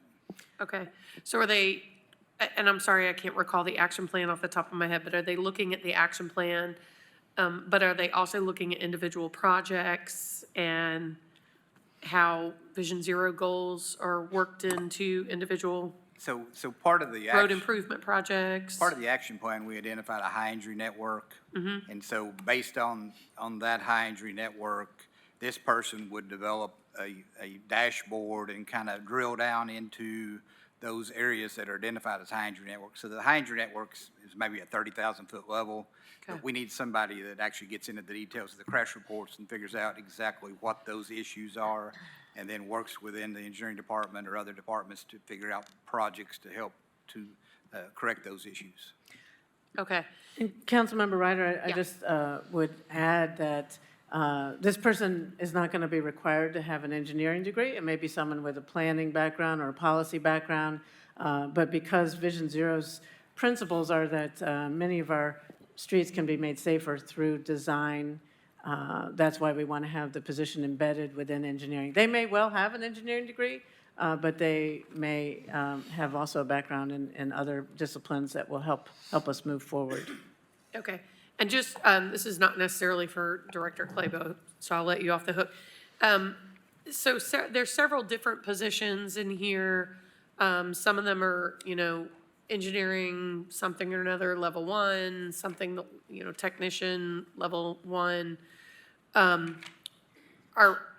know the Vision Zero coordinator is not an existing, that's a new position. Are some of these civil service and some of them aren't civil service, so we don't have to vote to add them to anything? We're just voting on the funding? That's more of an HR question. They're all They're all okay. civil service positions. So, but we don't have to vote on them, we're just voting on the funding. We don't vote to add them to something. So David Brace, Chief of Staff, if we need to create a new position, it will come before you to create the position, but we need to have the funding as well. So Okay. some of these positions may be existing in the classification system. Okay. Some may need to be created. I know that the mayor in this Vision Zero position may be very specific to a newly created position. Okay. But you will see any newly created positions, and we do that throughout the year. So we may see some of these things come back in that form as HR type amendments or civil service. Yeah, the Vision Zero coordinator was actually in a previous 2 weeks ago. council agenda, was approved, has already been Okay. approved by council. Okay. So actually, okay. they're in the process of hopefully posting that in the next month or two, but next Okay. month, hopefully. After And, you approve it, yeah, after it's upon approval. Okay, all right, I appreciate the clarity. Oh, and the one other thing was one of the items in here is the finance department. Sorry, I'm trying to find it right here. Funding for the empathy, is that supposed to be empath? What is that? So, go ahead. Voice 7 CFO, that's at the 1515 St. Mary's that, Empath. where, yeah, empath. It's empath, not That's correct. empathy. No, this is our, the funding that the city and the county and the state put in for our mental health facility to try to help take people from emergency rooms and get them mental health care quicker at 1515 St. Mary's. As McNabb got into that project, they ran into some mold and some additional costs. So this is to cover half of those costs. Knox County is covering the other half of those costs to get this project completed. It's currently under construction, but it is the empath unit. Okay, so it's a typo in the packet. Thank you. Yes, Yes. that was Mr. Evans, yes. Okay, I just, I didn't Have a know. little empathy there, yeah. Listen, they took one of the bathrooms at where I worked at Pellissippi and turned it into something, it wasn't called empathy, but it was a room that you could go and, a comfort room. So I just, the way it's worded here and it's not capitalized, I didn't know if there was a room where you could go and have some empathy. I didn't quite know what it was, and I was just asking for some clarity. Thank you so much. Thank you. I didn't want to point out the typo. Just need clarity. Councilmember Smith. Thank you, Mayor. I know you're more comfortable with numbers, so we'll start with that. I have one question to follow on our conversation over email. It's my understanding that some of these dollars come from our unassigned fund balance, but our revenue projections have been eclipsed with more revenue, and so the net effect to our unassigned fund balance is zero or positive. Can you explain the impact to the macro level budget? At the high level, this increases the total budget by around 5.8 million, just shy of that. It uses 5,084,000 and some change from the general fund unassigned fund balance. And that brings the general fund unassigned fund balance down to 41,753,000 and some change. That's where we're left off. And the reason it comes down to that number, you may say, well, that sounds like higher than what I heard during the mid-year projections and so forth. It is, and that's because local option sales tax and state shared sales tax continued to come in higher than we had projected for FY '23. And higher than this amount? That is correct. Okay. All right. That is correct. Thank you. Thank you. Any other questions or discussion? Seeing none, all those in favor, please say aye. Aye. Any opposed? Abstain. Motion carries. You were abstaining on the budget amendment because of the, yeah. Okay, so motion carries 801. Oh, 811. Oh, sorry. Mr. Johnson, you do the counting. Ms. Parker's a no, Ms. Testerman's an abstain, everyone else was yes. 12B is an ordinance amending Section 4-78B II of Chapter 4 of the Knoxville City Code to clarify submission of remedial plans and fines for sales to underage persons. Move to approve. Second. Motion made to approve and seconded. Beer Board Chair Testerman. Thank you, Mayor. I would just like to request that this be passed on emergency based on the housekeeping nature. Motion to amend? Okay, so make a motion to amend for emergency. Make a motion, making a motion to amend to vote on this item on emergency. Okay, motion to hear this as an emergency item has been made and seconded. Councilmember Testerman, did you have anything to add? Councilmember McKenzie? Thank you, Mayor. Question, what will be if this were to pass, what would be the notification to all beer permit holders, businesses, that this is going into effect? Because it states here in Section 2, the ordinance shall take effect from and after the passage of the welfare of the city requiring it. So what's going to be the notification plan to them that this is changing if it's passed? Mr. Frost? Thank you, Mayor. Councilmember McKenzie, to refresh everyone's memory, this was an extensive rewrite, and I worked on it with Allison Dyer in the city law department, and we accidentally left out 3 or 4 words. It's "or pay the fine." And when the law department had an underage sale issue come up and they were applying the newly revised ordinance, it was realized those 3 or 4 words were omitted. This is an ordinance that's on the books. This exact same language, for whatever reason, didn't make it over from the old version to the new version, so we're just making it consistent. So more of a housekeeping. Okay, Yes. I thought it looked very, very familiar, but Thank you. something's obviously changed. All right, thank you for that clarification. Any other questions or discussion? Seeing none, all those in favor, please say aye. Aye. Any opposed? Motion carries. Oh, that was just the motion to hear it on emergency. Did everybody understand that? Because I was a little confused. Okay, now back to the original motion as amendment to hear it on emergency, which means it's just done on one reading. Any other questions or discussion? Seeing none, all those in favor, please say aye. Aye. Any opposed? Motion carries. 12C is an ordinance to amend the Knoxville City Code, Chapter 5, to transfer animal control unit functions to Young Williams Animal Center of East Tennessee and to modify the Animal Control Board. I move approval and ask that it be on emergency. Okay, well, I think you have So to do I make a still have to motion do it? and have. So I'm making a motion. Okay, motion, to is there a approve. second to the motion to approve? Second. Okay, motion has been made and seconded. Councilmember Fugit? Then I would like to amend that motion for emergency, to read it on emergency, which is what we talked about 2 weeks ago when we deferred this. Okay, now the motion has been made to amend it to hear it as an emergency item. Is that motion to amend seconded? Second. Okay, so the motion on the floor is to hear it on the emergency. We do have several people signed up to speak on this, so we'll go to the public comments and then come back to further discussion. First up is Patrick Birmingham. Mr. Birmingham, if you could come to the podium, state your name and address for the record, and you'll have up to 5 minutes. All right, thank you. My name is Patrick Birmingham. I'm the board chair for Young Williams Animal Center, 3201 Division Street, Knoxville. I guess I'd like to start off by saying thank you. Thank you to this body, the members of the City Council, and on behalf of the board that I represent, I want to say thank you. 2 weeks ago, you approved a resolution to move animal control under the oversight of Young Williams. I think it's an important first step to improving animal welfare in both Knoxville and the city of Knoxville and Knox County. I'll be very brief, but I want to have a few remarks that I would like to make for the record on behalf of the board. As you may know, by consolidating the functions of 3 agencies under one operation, the community would benefit from a shared set of goals and objectives to provide a united, cohesive, and best practice approach to animal and public safety that are based on strategies that have proven to be successful across the country. For the Knoxville Police Department, this move would eliminate animal-related complaints, create an opportunity to add manpower to other unstaffed areas, and reallocate savings to resources specific to improving our communities. It's much easier to bring an animal into the shelter than it is to keep it out.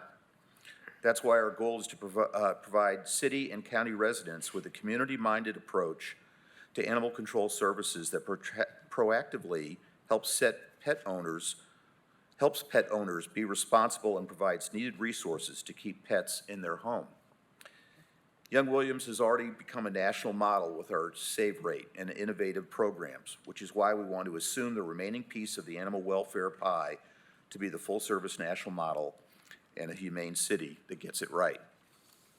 At the end of the day, we are invested in making Knoxville and Knox County one of the country's most pet-friendly communities and fulfilling the vision of a home for every pet. Thank you for your consideration to amend the city code to transfer animal control to Young Williams. Thank you. Thank you, Mr. Birmingham. Next person signed up to speak in favor of item 12C is Dr. Becky DeBolt.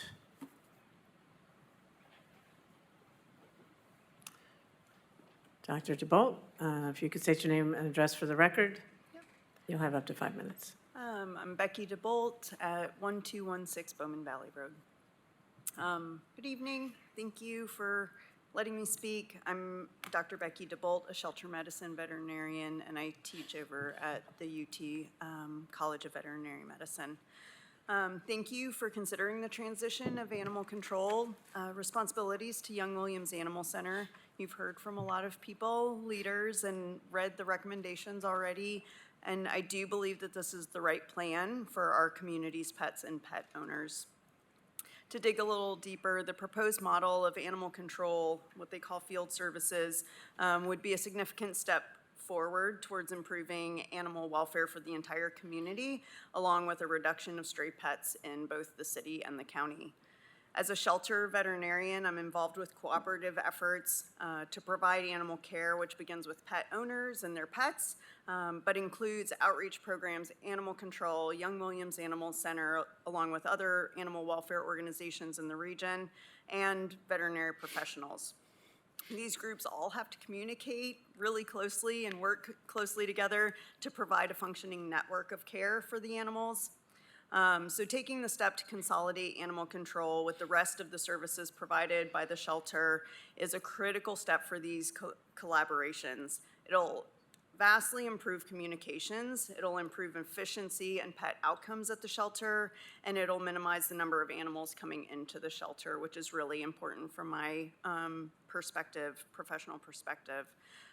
Beyond the logistics, it would align animal control services with the shelter's mission to improve the state of animal welfare in our community by placing or hopefully keeping pets in their permanent homes.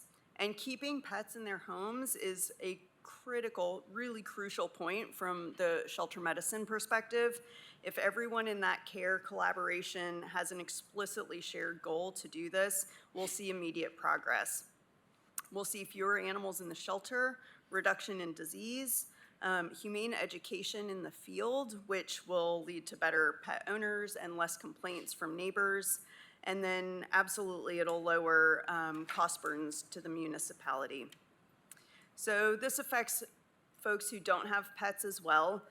These services will enhance our city as a whole and reduce the strain on resources, which I'm acutely aware of from the shelter perspective, and improve our standards of living over time for the humans and the animals. So thank you for your time today and for your careful consideration, and I hope you'll support the vision to make us one of the best places for pets and their humans. Thank you, Dr. DeBolt. The third and final speaker on this item is Jim Jennings. Mr. Jennings. Thank you, Jim Jennings. I'm a Knox County resident that resides proudly in the city of Knoxville at 4004 Tazewell Pike. And thank you for the opportunity to come. I usually show up down here about every 4 years. I believe in representative government. And I've searched my candidates and I expect them to do good.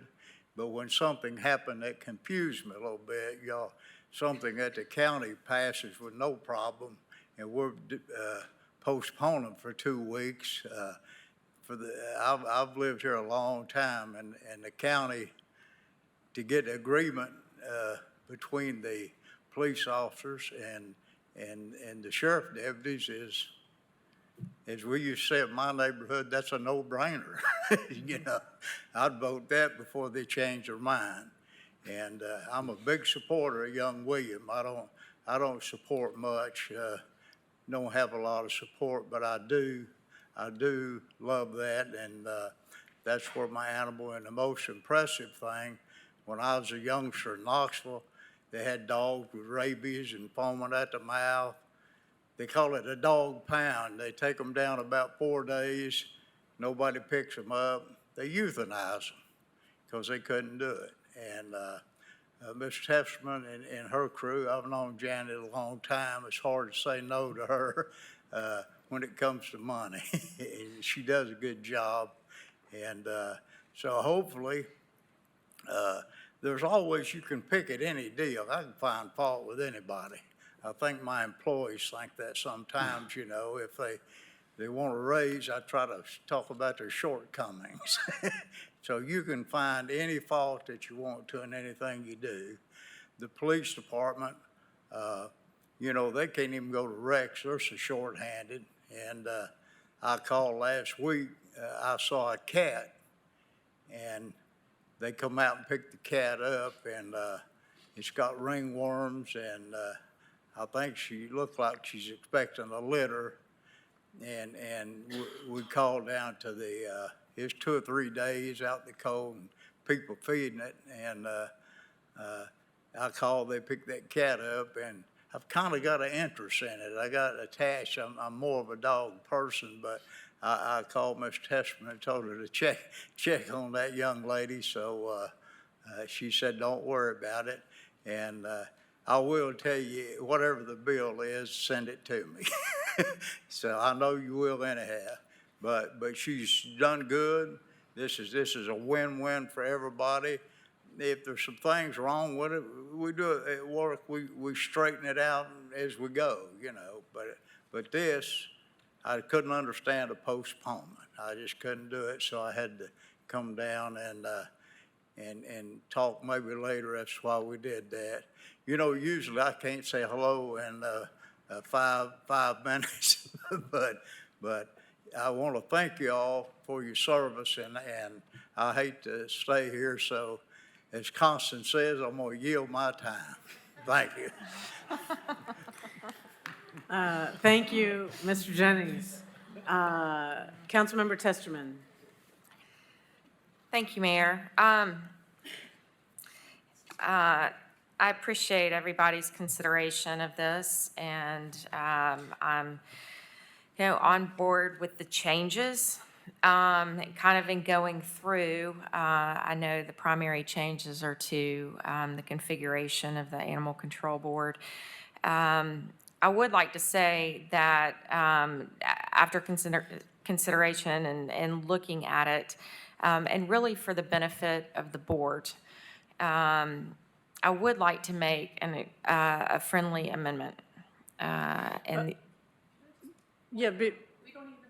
Yeah, let's maybe discuss and take a vote on the reading on the emergency amendment. That's on the floor right now. Okay. So, and then we'll come back to you for Okay. your other amendment. Is there any question or discussion on reading this as an emergency? All those in favor of reading? Where's that, Councilmember McKenzie? Reading it as an So I emergency. don't have an issue per se with reading it on an emergency, but I do have a question that could impact my yay or nay on emergency. Okay, what's your question? So my question would be to Ms. Testerman, with her day job hat on as it relates to this. I know that there were quite a few changes. I just want to ask the question, did you and the board have ample time to review the revisions that were submitted? which board? Young Williams. Young Williams Board, not the Animal Control Board. Yes. Yeah. I mean, my Mr. Birmingham is your board chair. That is correct. mhm. And so I've been in communication with our board, and they have been in support of, how we're moving forward. With the revisions. Okay, I just wanted to confirm that. Thank you. Any other questions or comments on the amendment to read this as an emergency? Councilmember Ryder? That's okay. There's a lot of confusion on what we're voting for and whatever. I'm just going to say, we are voting on a motion to pass this on an emergency, and I'm not going to support at this moment to pass it on an emergency because we haven't had the discussion to vote about what we're even passing. So since that's the question that's being called, I'm going to vote no on it, and I just wanted to be clear to everyone. And then this isn't germane to that, so I'll just be quiet and leave it at that for the moment. Okay, any further questions or comments on, and also, we can discuss more of the substance before we vote on the emergency part, if that's the council's preference. I think that would be a good idea. Okay, that's fine with me. Just, Mr. Johnson, just remind me to address the, Ms. Fugit, do you have a?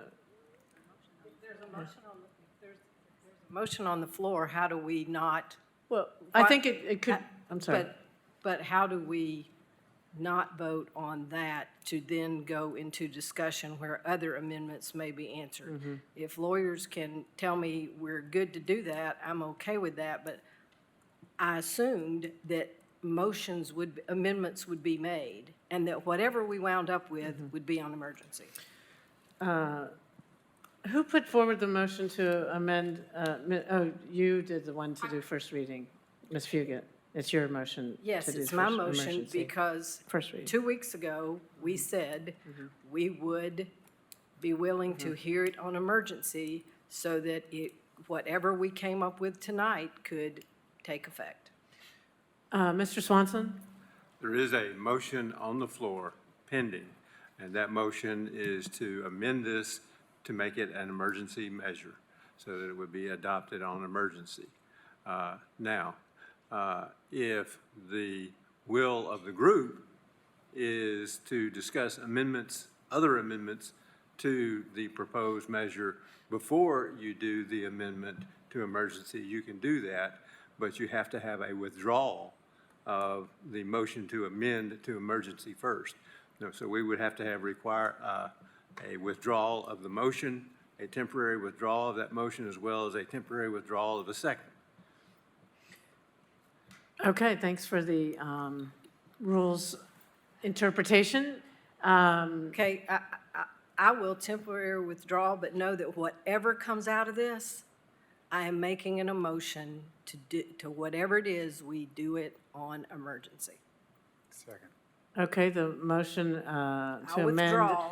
has been temporarily withdrawn. Temporary withdrawn, but it's coming and back. Whoever made the second? seconded, who made the second? I think I seconded. Do you I'll withdraw the second temporarily Second, also? Okay. withdraw the second, all the combinations of those, Okay. yeah.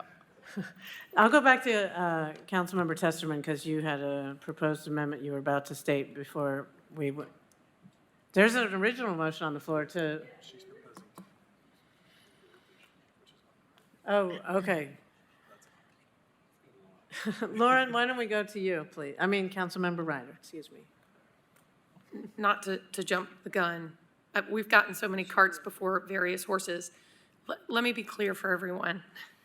In the packet, there's the original ordinance, which we have a motion and a second on.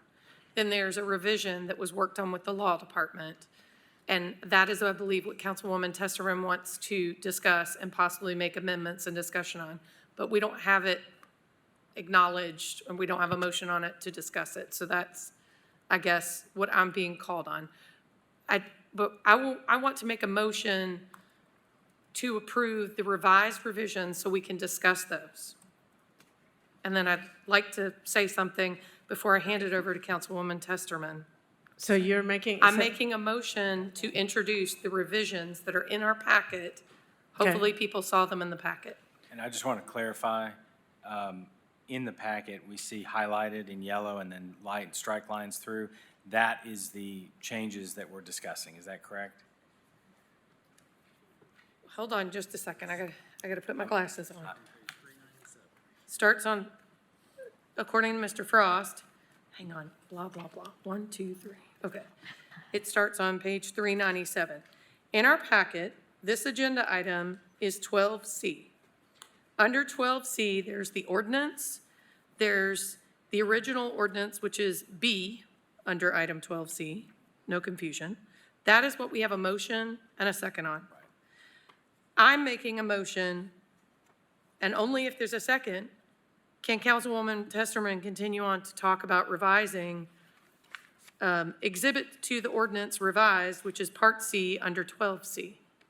And So I'm making a motion to introduce that. And I'll second it. I just wanted to make sure that we were all looking at the same thing. Okay. So as you go through your packet, when you see the original, you'll see highlighted in yellow and then also things added or crossed out, and they're all highlighted so you can see where the changes are. And so that's all I was just clarifying. So Okay. I'll make Okay. a second. So- I'll second. And Just, Mr. Swanson has a point of Sure. I'm sorry to information. be a little No, please. technical, but what you're actually making is a motion to amend. What we've got before us is the original ordinance. You're moving to amend the ordinance to include the revisions that are in what's in your packet, listed as the revised version. It's up at the Correct. top of all of it. It's a revised version, and there are about 5 different changes that have been listed in a summary that's at the very end of your packet. Okay. I would like to make the motion to amend Yes. with the revised, with the caveat that there is a typo in the proposed revisions. Now tell us what that typo is. Okay, well, I don't know if Mr. Roberto, for clarity, needs to say second. I'll say second. Okay. If everyone would Okay, please, can we just vote on the motion to amend, and then you can address the typo? I think we need to Oh, okay. discuss. We're not voting yet. Let's not put the cart before the horse yet. Oh, okay. We're There's going to been a- discuss well, the a motion's revisions of been the amendment. made and seconded. Because for the Councilwoman record. Testerman wants to discuss it. I don't want to have voting before we're done. So Okay. the amendment, the typo, is on page 20. So if you click and open up Exhibit to the Ordinance Revised, page 20 of the 44 pages, there's a double strike through of Knox County Humane Society and Animal Shelter. The double strike through should stop there. It is carried over to Knoxville Veterinary Academy. That is incorrect. That would make there be 6 members of the Animal Control Board, not 7. The math doesn't work out, so the strike through went too far. So just everybody understand that. And I will, okay, I'll make a motion to amend the amendment to not strike through that part. Second. Thank you. Okay, an amendment to the amendment to unstrike out the words Knoxville Veterinary Academy on the packet, page 416, and the revision, page 20. Correct. And there's been a motion made to just fix that typo. Does everyone understand that So everybody amendment? knows what the amendment is Okay. correctly. Does the council want to vote on that typo fix right now? Okay, let's do it. All those in favor of fixing the typo, please say aye. Aye. Any opposed? Abstain. Okay, motion carries. Now back to the motion to amend as described in this part of your packet that says revised and has yellow highlights. So Okay. Councilmember Ryder. Okay. I'm going to just speak briefly because I know Councilwoman Testerman has comments to it as well. I just want to say to all those who spoke, thank you. We passed the contract to transfer animal control to Young Williams at the last council meeting. So that has happened. And to respond to the question about why this didn't go the same pace as it might have at the county, is there additional layers at the city? We have Animal Control Board, and there were some changes, and those, there were some changes requested from, that were brought up. And so that's what the postponement was about. It was not about transferring that. I would like to commend the director of the Young Williams Animal Shelter and their board and the Animal Control Board for their dogged attention and work on this matter, pun intended, so sorry. I'm trying to get some levity here, to work to make this happen, to work with our police department and the Animal Control Board to move these. The amendments that we're discussing are, I'll start from the back and just say, number one, the ordinance shall be effective as of April 1st, 2024. The contract to move the services, that just puts them in sync. They were not in sync. We can't change the ordinance to turn it over to the Young Williams if they can't actually do the work until till April 1st. So in working with Mr. Gordon, that date was identified as something that needed to be modified. Then there was also, if you look in the summary, which is Part D, Summary of Amendments, so many of these parts are not contentious. There's just a couple of little things. The animal shelter definition has been changed to add them the responsibility of conducting the activities set forth in Section 553 because it didn't give them that responsibility. And that's what we're doing. So that needed to be correct so that they had that responsibility to do that. I will, and then, you know, my point in postponing it, other than those were things that came up in discussion with the law department, is that at the top of page 20 in the revised part, the appeals actions, whether there are frequent or infrequent appeals actions, are now with the Animal Control Board. And specifically on page 20 at the top, it says, on Part B, it says there's also created an independent board designated the Animal Control Board, which have the function and responsibility of recommending goals and objectives relating to animal control. And to be an independent board, the board can be attended by and have members of the animal shelter as part of their business, but not as voting members of the board. And so that's what the changes are, which is to not include employees, board members, affiliates, or agents of the animal shelter on the Animal Control Board to maintain its independence as a board as stated in the ordinance. And I will turn my light off and give Councilwoman Testerman her opportunity. Councilmember Testerman. Thank you. So as we are specifically speaking to the revised vision of the ordinances, as I mentioned preemptively, is that you know, I'm on board with them. I'm fine with them. My only thought is that to be more beneficial to the new configuration of the board, I would like to make a friendly amendment that Young Williams Animal Center be added as an ex officio, non-voting member, really to bring subject matter expertise to the table as a resource, and to provide the board with regular updates, and to have that particularly regarding the fact that goals, objectives, training, those types of things are being discussed. So really is a matter of bringing subject matter expertise to the board to at least have Young Williams at the table as an ex officio non-voting member in order to contribute to discussion and to keep that board informed.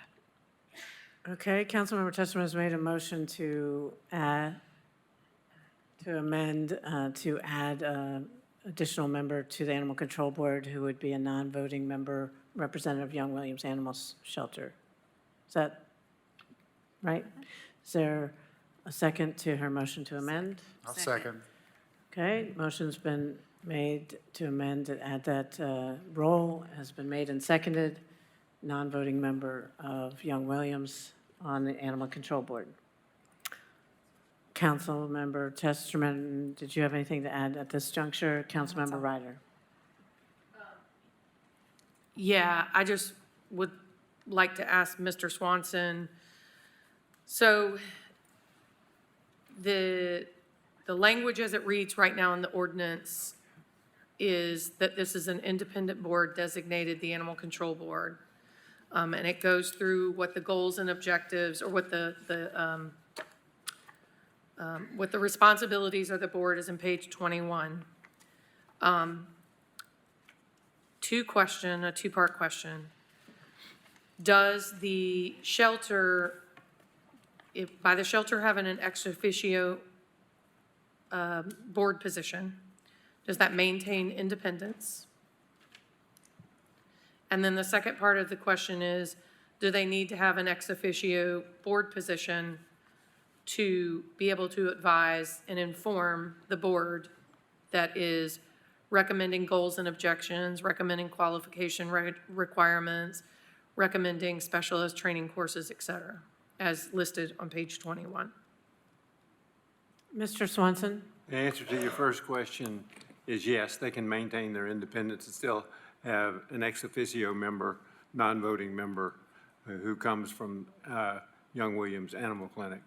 The answer to your second question is no, they don't have to have a ex officio member of the board in order to provide their expertise to the board, but it's really just a policy matter of whether you want to have that person from Young Williams as an ex officio member of the board or not. So in asking Councilwoman Testerman about her amendment, that would be in addition to the 7 voting members? Your amendment? That is correct.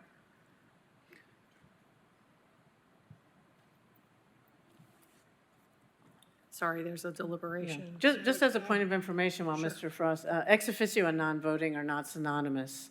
Ex officio means by virtue of the office. Non-voting means non-voting. You can be ex officio and vote, but I think the intent is non-voting. Okay. I've learned that, Are both necessitated? You can be a designated non-voting position from a representative from Young Williams Animal Center who's non-voting. Ex officio just means Latin.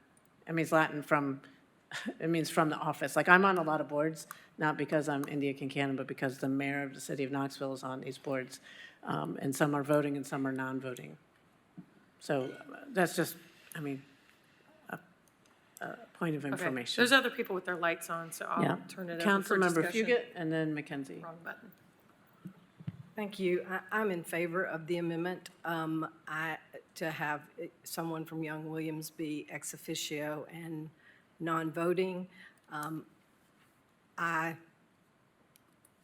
serve in positions where oftentimes whoever is actually implementing the work has someone on the board ex officio, because sometimes they're the only person that can answer some questions that the board needs answered.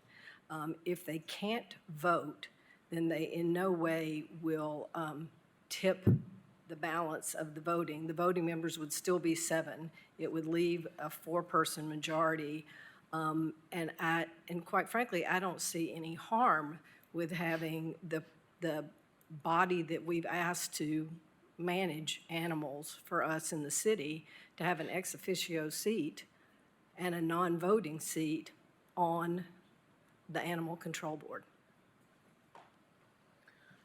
Thank you, Councilmember McKenzie, and then Councilmember Smith. Thank you, Mayor. Totally agree with Councilmember Fugit. I do feel like there is a huge benefit in having someone who has a level of expertise to sit on the board as advisory. I mean, this is huge. I mean, what we voted on and what we're agreeing on to shift these responsibilities and duties, it's huge and should not be taken lightly. And I think that I'm absolutely in support of that amendment, to have someone with that level of expertise there to advise the board. Thank you. Thank you, Councilmember Smith. Yeah, I'll just add the same comments, that I think it's important, the way that this is structured, that we have, I think, some of the good changes that have been made is that we've separated authority of decision-making, i.e. voting, but I think I like this amendment because it includes built-in expertise of the operational team that's going to implement it. And so I think it's a good way to inherently include that expertise and at the same time create separation and objectivity of the voting members. So I like this idea. Thank you, Councilmember Ryder. Okay, not to get everybody too excited, I was going to call the question on this amendment from Councilwoman Testerman, but Mr. Frost has some proposed language. Thank you. I've been listening to people talk and heard what Councilmember Testerman proposed, so we need some language to go with that. So I just wrote it off the cuff, so feel free to critique. So it would be it's on page 416 of the agenda. It's also page 20 of 44, section 5.2. And it begins with what's double underlined in the middle. No member of the board may be an employee, board member of, affiliate, or agent of the animal shelter. We would say no voting member of the board would be an employee, board member, or affiliate, or agent of the animal shelter. Then after that, add the sentence, there shall be a non-voting member of the board that is affiliated with Young Williams Animal Center. The Young Williams Animal Center representative shall be appointed by Young Williams and shall serve a term of identical length of the other board members. It's Councilwoman Testerman's motion, so I'll turn my light off. I feel that's reasonable. I think that covers the addition and what we're trying to accomplish. Okay, I have a question. Councilmember Fugit. Thank you. I have a question about the term limit issue because, but he said the exact same term, which implies there is a term. Are they infinite? Councilmember Fugit, reading it, it's a 4-year term. That's my point. So So an appointed person are there term limits? I'm just thinking about the way this works because I can see the Young Williams board appointing their CEO to represent on this thing. Does that mean after 4 years, Young Williams could not reappoint their CEO? Councilmember Fugit, there are no formal Okay. term limits, and I these are just- some very specialized positions I that. know, but I want this to be very clear because. Clarity's good. Thank you. Councilmember, indeed, Councilmember Ryder. Yeah, I had constituents that asked about term limits for these board positions because lots of other boards that serve the city have term limits. And I did not ask for term limits because some of them are from specific agencies and there's not necessarily the depth to be able to or of staffing to be able to replace people. So I'm not pushing for term limits on this. Obviously, if council or the city at some point decides that they want the Animal Control Board to have term limits, that's not something I'm advocating at this time. Okay. Any further questions or discussion? The motion on the floor is about, is Councilmember Testerman's amendment about a new non-voting member as, you know, as Mr. Frost set forth in better language than I can recall at the moment. Does anyone have any questions or comments about this amendment? Seeing none, all those in favor, please say aye. Aye. Any opposed? Abstain. Okay, the motion carries. So now we're back to the original motion as revised by that one amendment, and we're discussing the amendment that Ms. Ryder has proposed, the lengthier one with all the yellow highlights. Well, some of the yellow highlights are from the Animal Control Board's amendment, so I won't take credit for all of them. But that's what we're discussing. Yeah, okay. But do we need to vote on that amendment before we move forward? So we voted on 2 different amendments to the amendment, so it's all amended and wrapped up with a bow. Yes. If I have questions on something that has nothing to do with amendments, can we vote on the amendment, the final amended amendment? And then can I ask some questions about the whole thing? My understanding, and Mr. Johnson can help me here, is that the next thing that council would be voting on is your amendment, the broader one that you've been describing. And then and then as amended, we could vote on the whole thing. Right, we get to Okay. vote 2 more times. Yes, at least. Okay. Okay, so is everybody ready to vote? I'm going to call the question on the amendment. I don't think you have to call for the question. There's So- no one. Is there any further question or discussion on Councilmember Ryder's amendment? Seeing none, all those in favor, please say aye. Aye. Any opposed? Abstain. The amendment carries 7-0-2. And now we're back to the original motion on the floor as amended twice. I think- Councilmember Ryder. 3 times, but that's okay. Who's counting at this point? Oh, yeah, for the typo too. That's okay. Mr. Johnson gets to watch this all tomorrow again and do the minutes. So people send him Christmas presents. Okay, Councilwoman Testerman, or Director Young Williams Testerman, in that capacity. There were a couple of questions that I received that are not amendments, just questions at this point.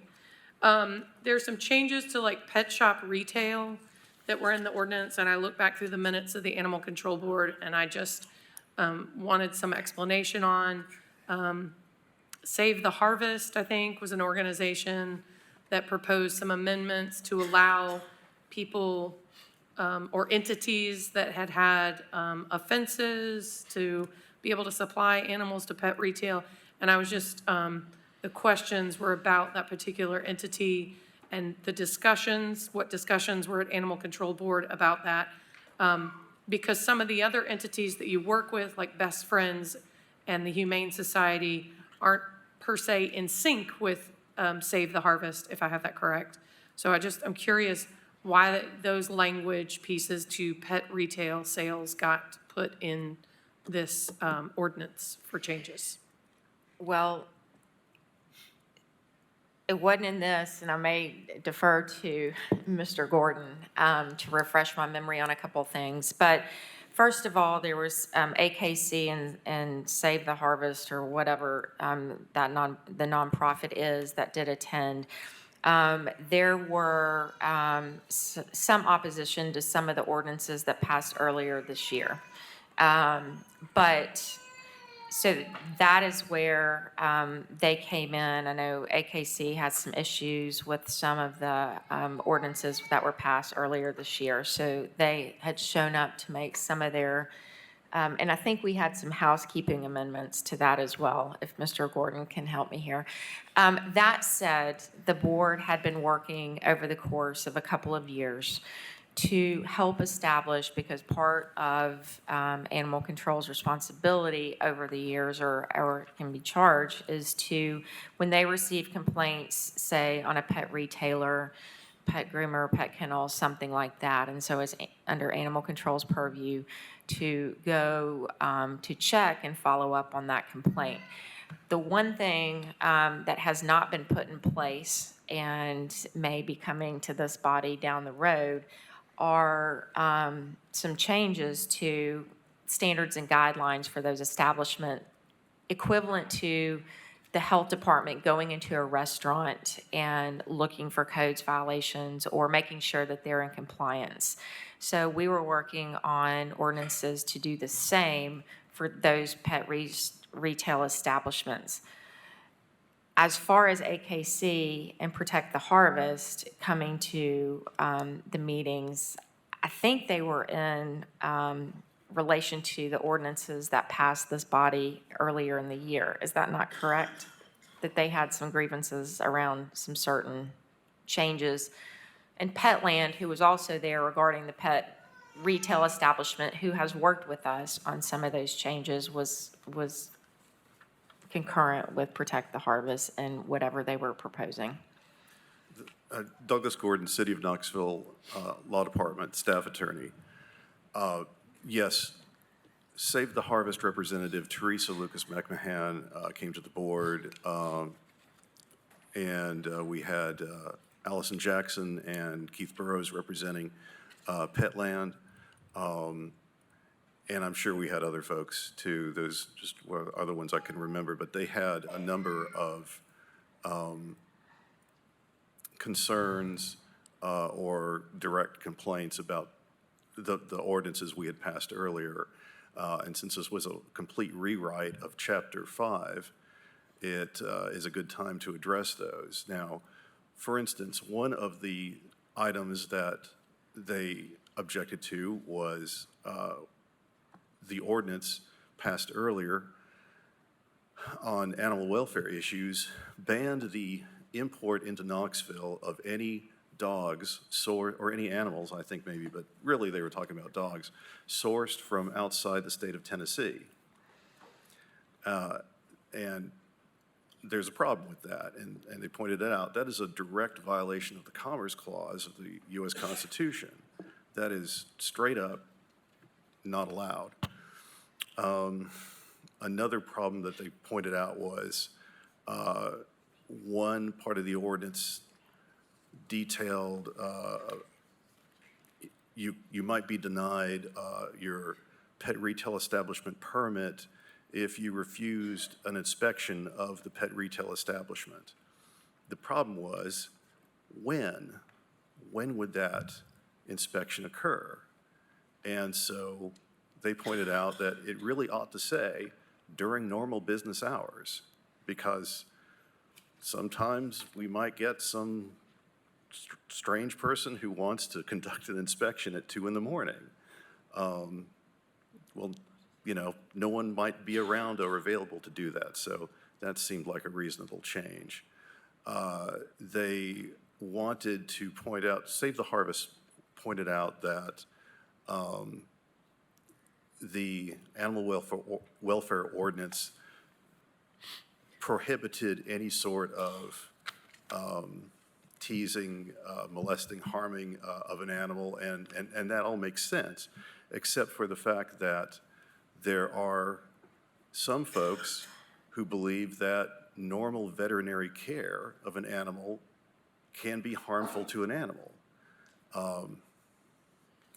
We have animal rights advocates who span the spectrum, who can, you know, take an extreme position in relative to other folks. And so they believe that perhaps that should be tempered with language that said, except for veterinary care, and I believe normal traditional handling of animals. So, because we don't want to start going around and arresting doctors of veterinary medicine when they're performing their duties. Mr. Gordon, I'll see if council members have further questions. I mean, the time has sort of run out, so just stay there for a second. Any other questions for staff attorney on issues that we can answer?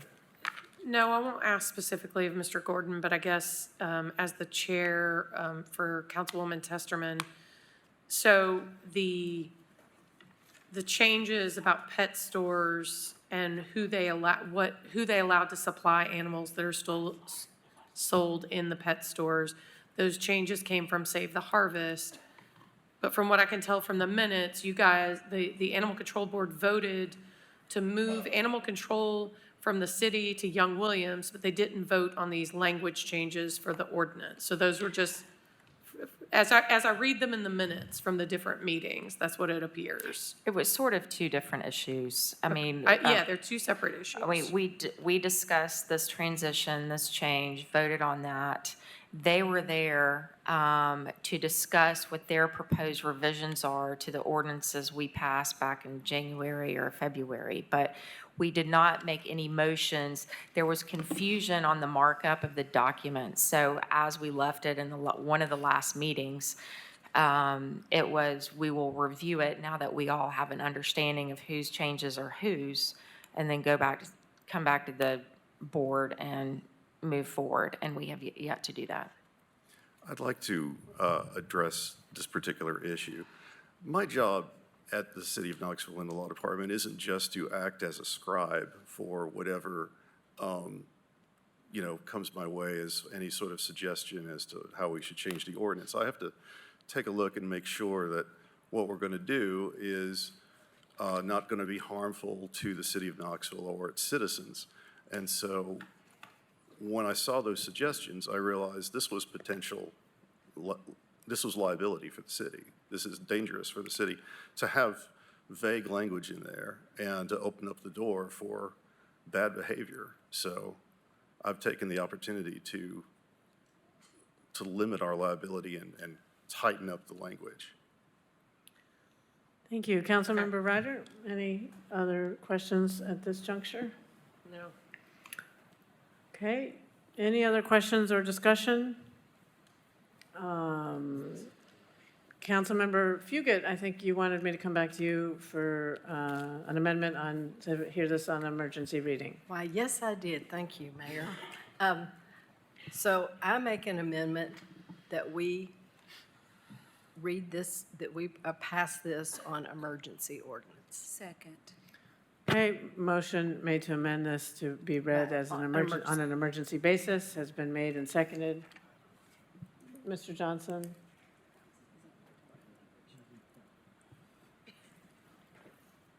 Everything Is that not the right copacetic? language? If it's not the right language, Mr. Johnson, make it is clear that Mr. Swanson are satisfied? No, that's the right language. Yes. Okay, thank you. The question had to do with whether it would still be effective April 1st.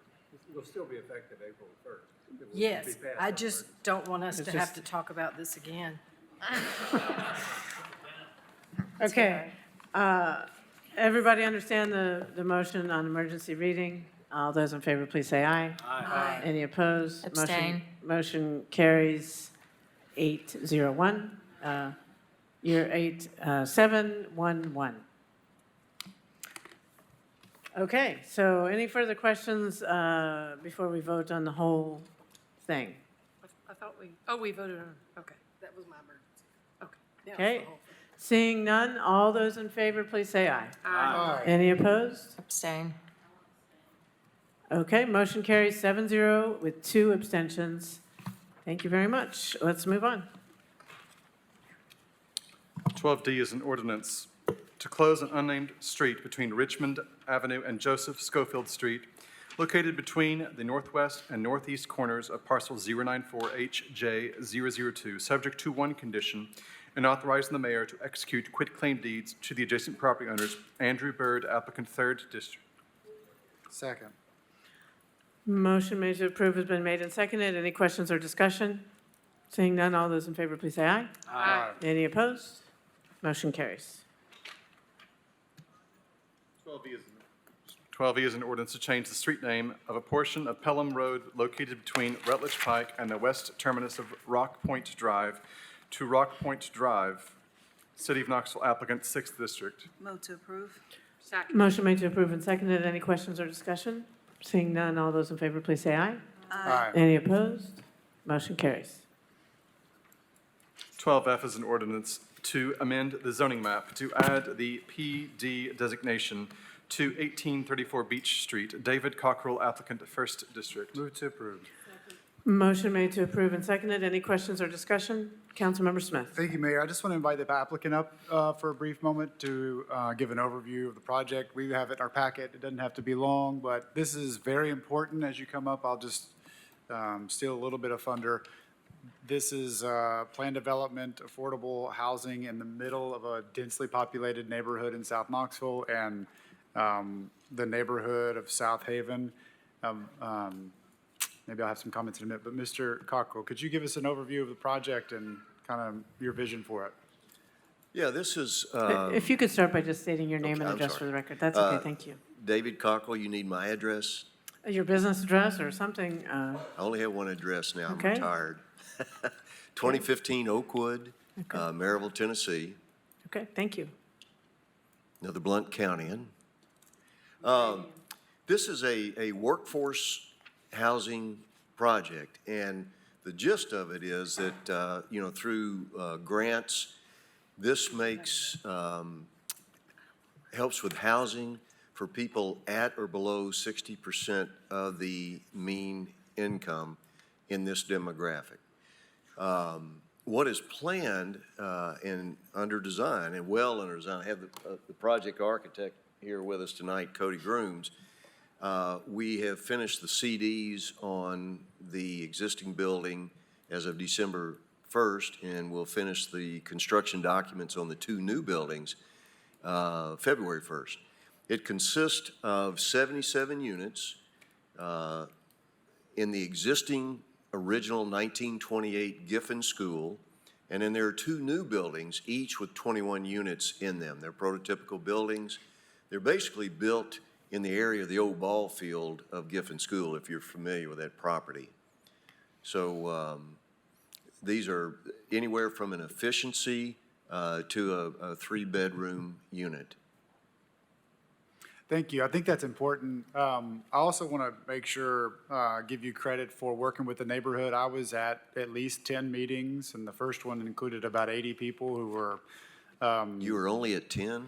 Well, those are just the ones you were at.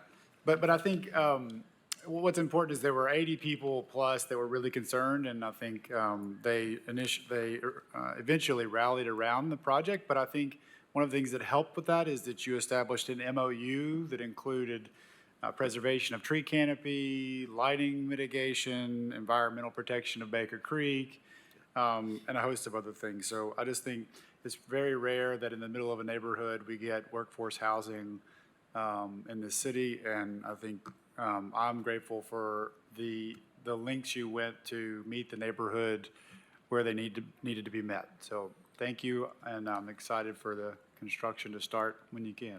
Well, I think one thing I want to say is about the neighborhood associations. They can be very effective as a body that can negotiate their own neighborhoods and their own communities. I mean, they actually set the number of parking spaces and things like that and worked in collaboration with us. And Thank you. We ended up with a bunch of friends. Thank you. Councilmember Thomas. Yes, I would like to commend. Please turn your mic on. There we are.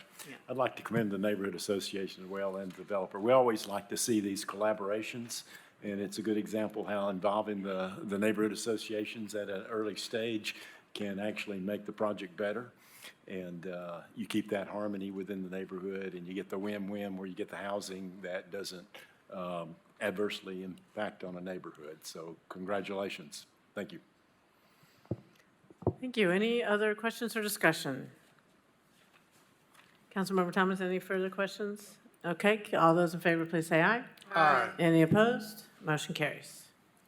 12G is an ordinance to change the base zoning classification for property located at 4501 Lonis Drive from RN1 District to RN2 District, North Shore Construction Incorporated applicant, 6th District.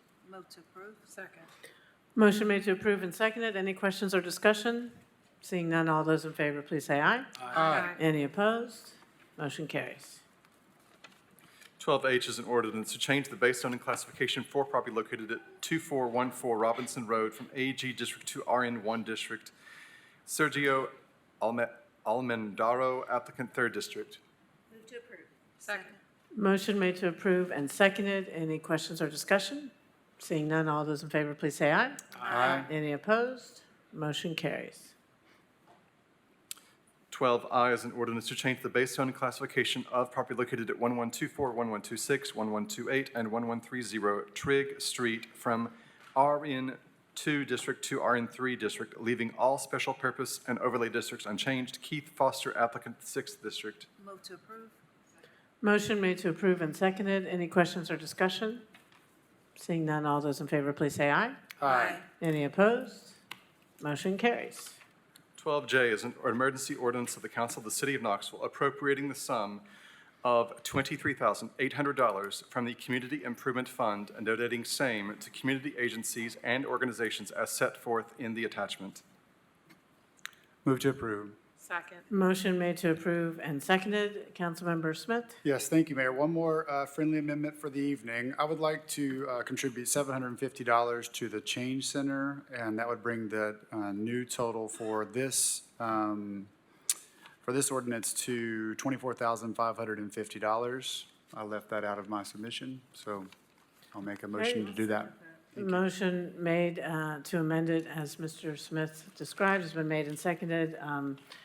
We have someone signed up to speak. Let's go ahead and vote on that amendment, and then we'll have the person who signed up to speak to this. Any questions on Councilmember Smith's amendment? Seeing none, all those in favor, please say aye. Aye. Any opposed? The amendment carries. And now Ms. Lynn is here to speak on item 12J.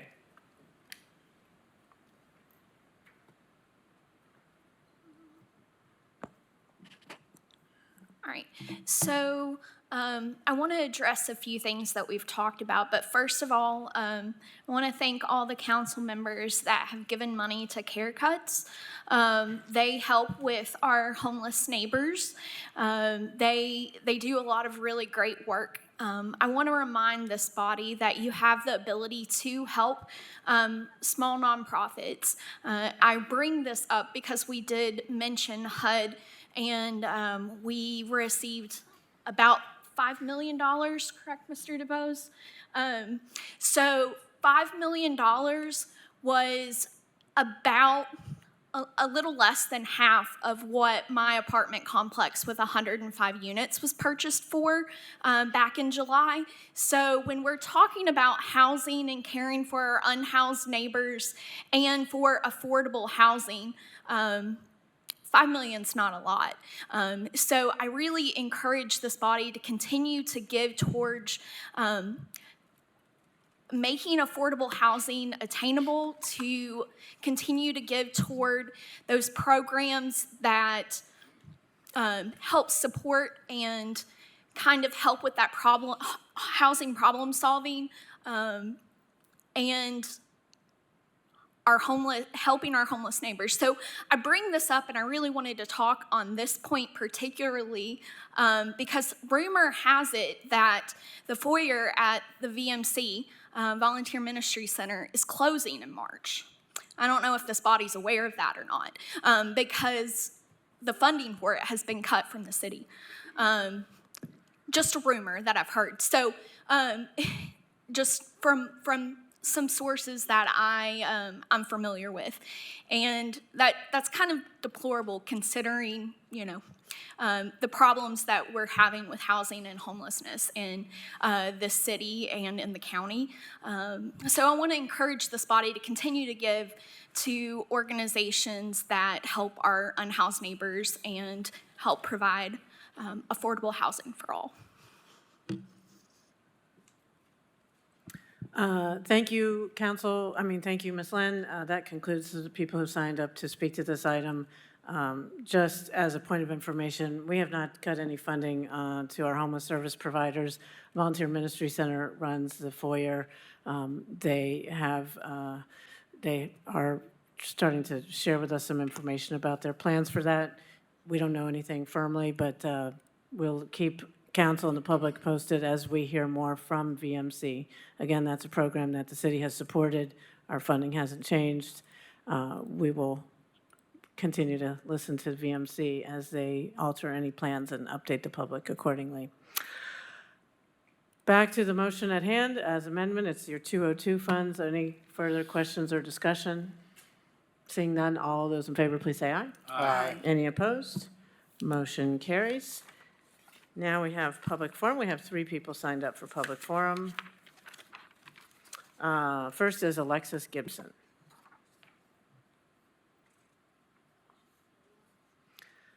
Ms. Gibson, if you could come to the podium, and you will have up to 5 minutes to speak to council.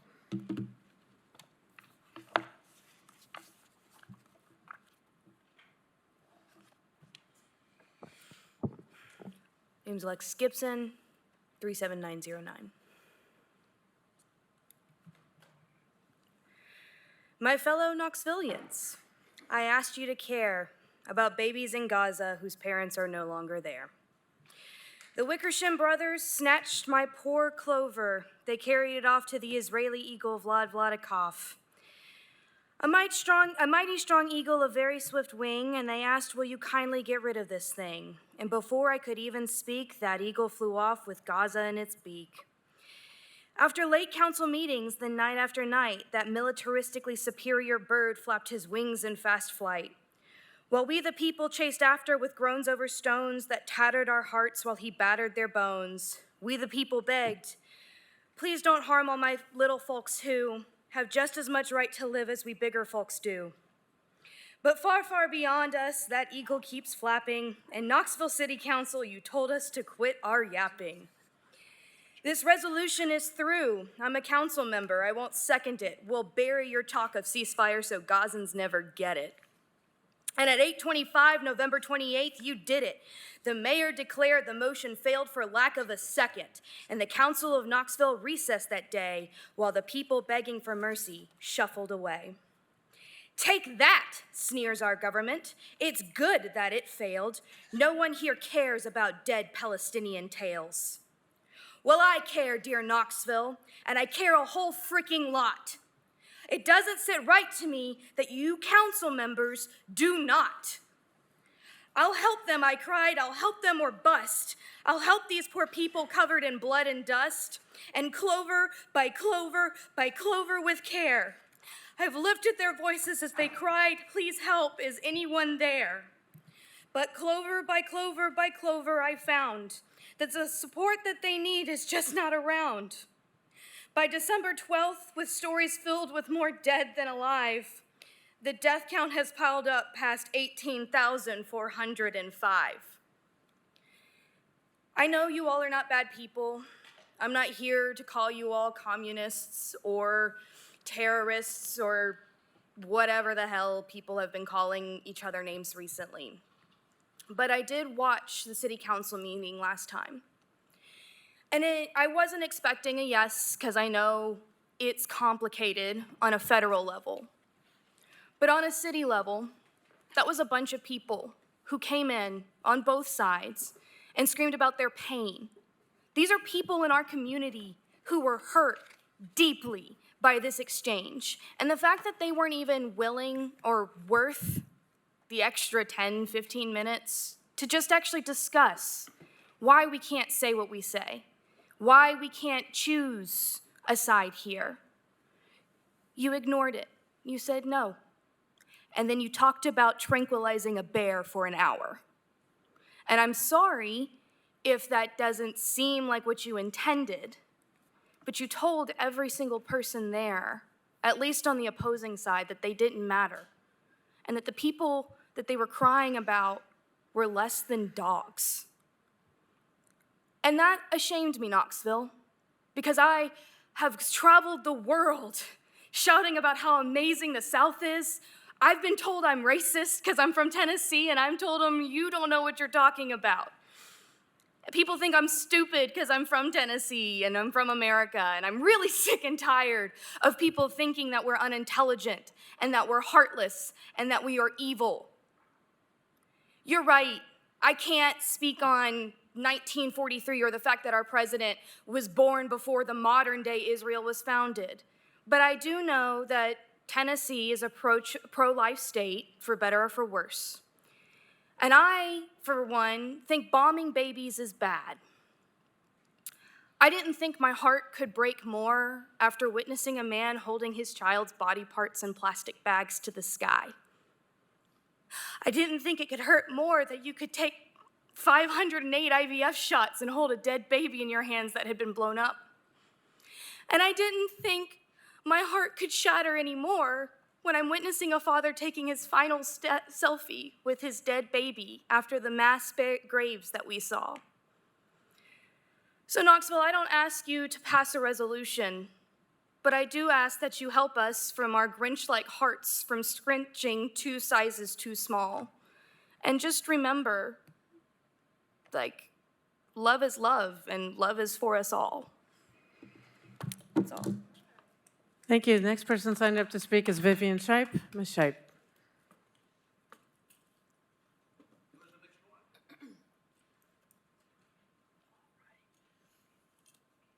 Good evening. Vivian Shipe, 3615 MLK Knoxville 37914. I've not been here in a while. That's because a lot of good has been done. And when you're doing what we send you to represent us to do, we don't have to come. But for now, I have returned. You spoke of priorities in this body. Winter is coming. You spoke of thriving, but there are some who are not going to thrive. Yesterday, an elderly man sat in his wheelchair on Broadway in the cold by himself in a wheelchair. The calls went out. What do? Do we call the police? The police didn't come. Do we call the crisis intervention team? No.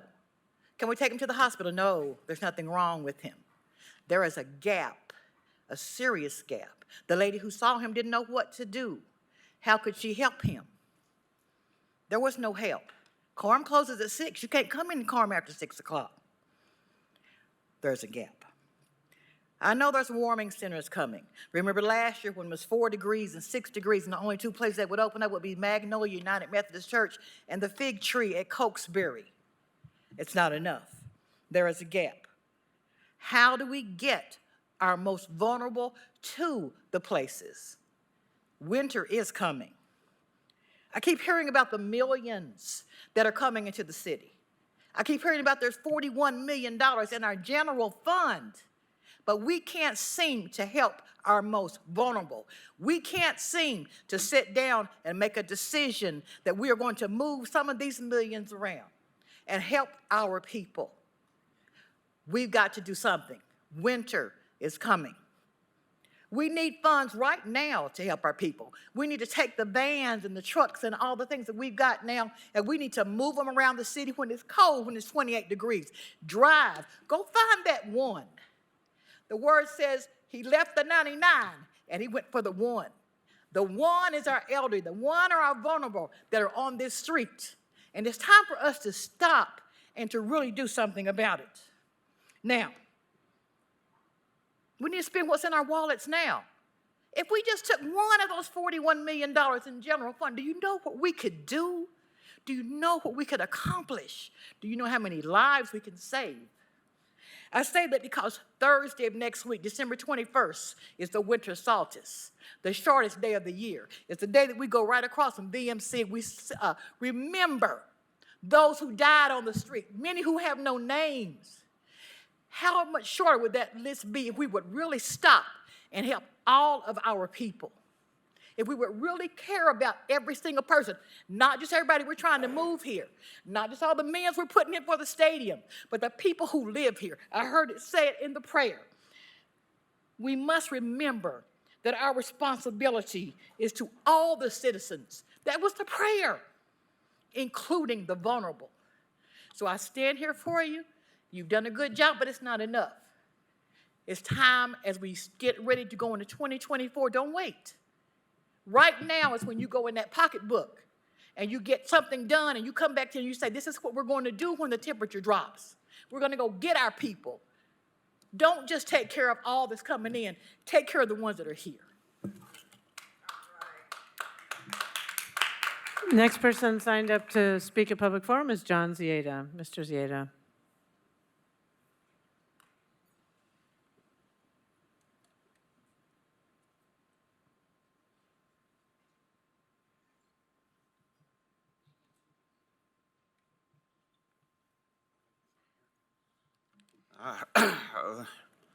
The name is John Zieda. Everybody here already knows me. I am an American Palestinian, and I'm here to tell you, like I've told you in the past, that the fire department burned 2 stores that belong to Palestinians. The Bilo store, Ismail Ayesh, I can prove it. The incident number is 12-048777. My phone number, anybody interested, is 865-335-4824. That's 865-335-4824. That store, they say, as a citizen, we don't know the lingo of the police. B&E. B&E means breaking and entering. On December the 29th, 2012, the fire department did a B&E and blamed it on India McDowell. That immigrant, a Palestinian immigrant from Ramallah. He lived here, I don't know, 20 years, 30 years, 50 years, I don't know. But I do know that the city burned it, and I can prove it. The city stole my father's store. My father was a Palestinian immigrant. He came here in 1953. And I asked him around 1980 when I was young, did he like Knoxville? He said yes. And I watched him come over here to beg so the city would not take his store. The store caught fire. The store had a small bomb, and I can prove it if this city kept the pictures. I can prove it was a bomb. It was more than just a fire. And again, it's the fire department. And Mr. Stan Sharp, I'm sure he went to his job innocently. But this is what Knoxville does. This is exactly what Knoxville does. Just like that lady said about the resolution. It's something simple to unite us. But how can we be united when the city's burning Palestinian stores? They burned those 2 stores. They burned the clinic, the Planned Parenthood. You people, you got my phone number.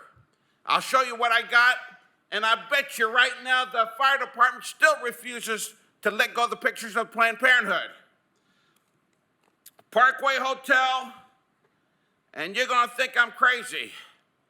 Christopher Newsom and Shan Christian, it is possible that it's a lie. I know we had courtrooms and proceedings, but I found at least one picture manipulated during the courtroom. Yes, ma'am. Anybody's interested, you've got my phone number, 865-335-4824. It's a crazy accusation when you see people grieving during the courtroom and the process. But there's pictures manipulated, just like with the Bilo store. That, like that lady said, you could have voted for a ceasefire. Washington, D.C. is Washington, D.C. They're going to do what they want to do, no matter what we say. No matter what we say, that's exactly what they're going to do. But as a human being, it's not too much to say or to ask and pass a resolution Ms. Parker introduced. It's not too much. And once in the Bilo store, it's an injustice to keep blaming a black man for burning the store. India McDowell, India Gorley, to confuse the population.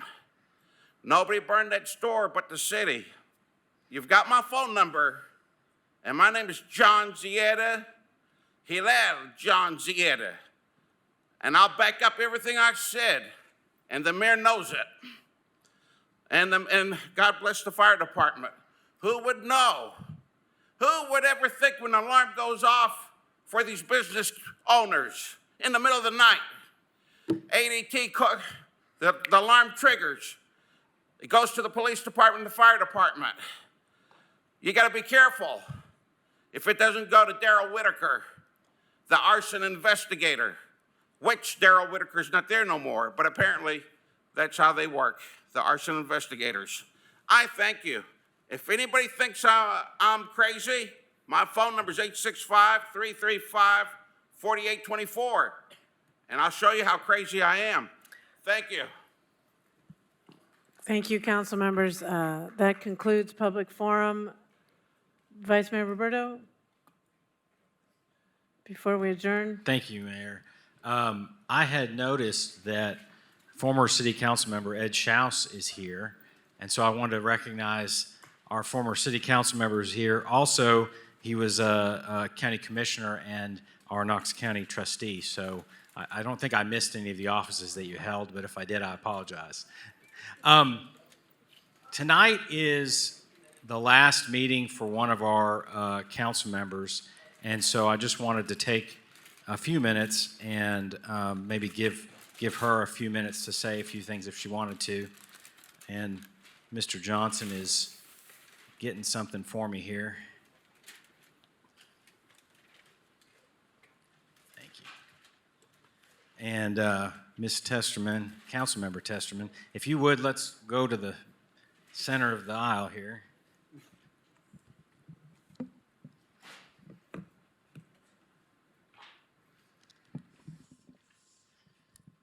I think it's come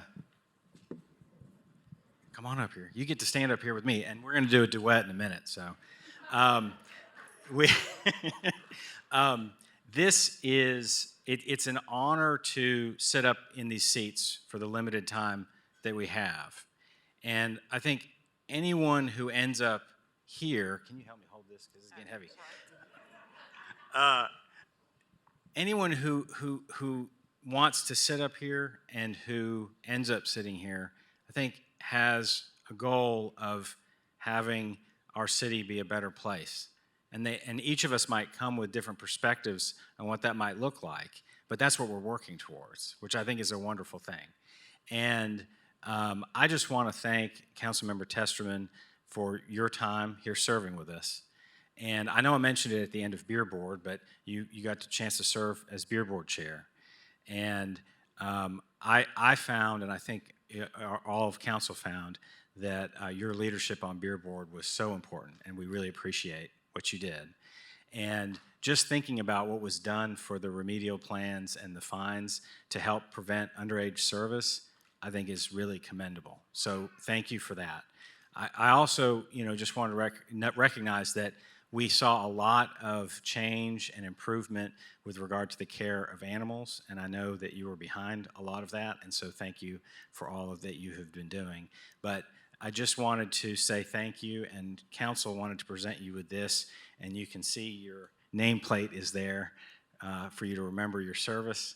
And we know that this chapter might, be closing with your service on council right now, but we know that just like before you served on council, after council, you'll continue to serve our community. And I just wanted to give you a chance to say anything if you wanted to, but from all of us, thank you so much for being here with us and serving your city. Well, thank you all. It's kind of awkward being right here. But as I said earlier, first of all, thank you, Vice Mayor Roberto. Thank you for your leadership and for what you've done. This is lovely. It's just very special and certainly commemorative. And I just want to say, I said earlier, it's been a privilege. It's been an honor to serve with all of you. Thank you. And I think the common ground we all have is that we love the city. We want what's best for this city, and I do. I love being a public servant, and moving this forward and trying to create the best version that we can for Knoxville. I'm at a crossroads. I don't know. I know that I want to continue doing what I can, and as I've said. And as the mayor and I met today, for me, I just encourage everybody to, be bridge builders, be conveners, work together, because that's really how, we get things done. So with that, it's hard to believe 4 years has flown by, but again, this is special and very meaningful to me. So thank you all.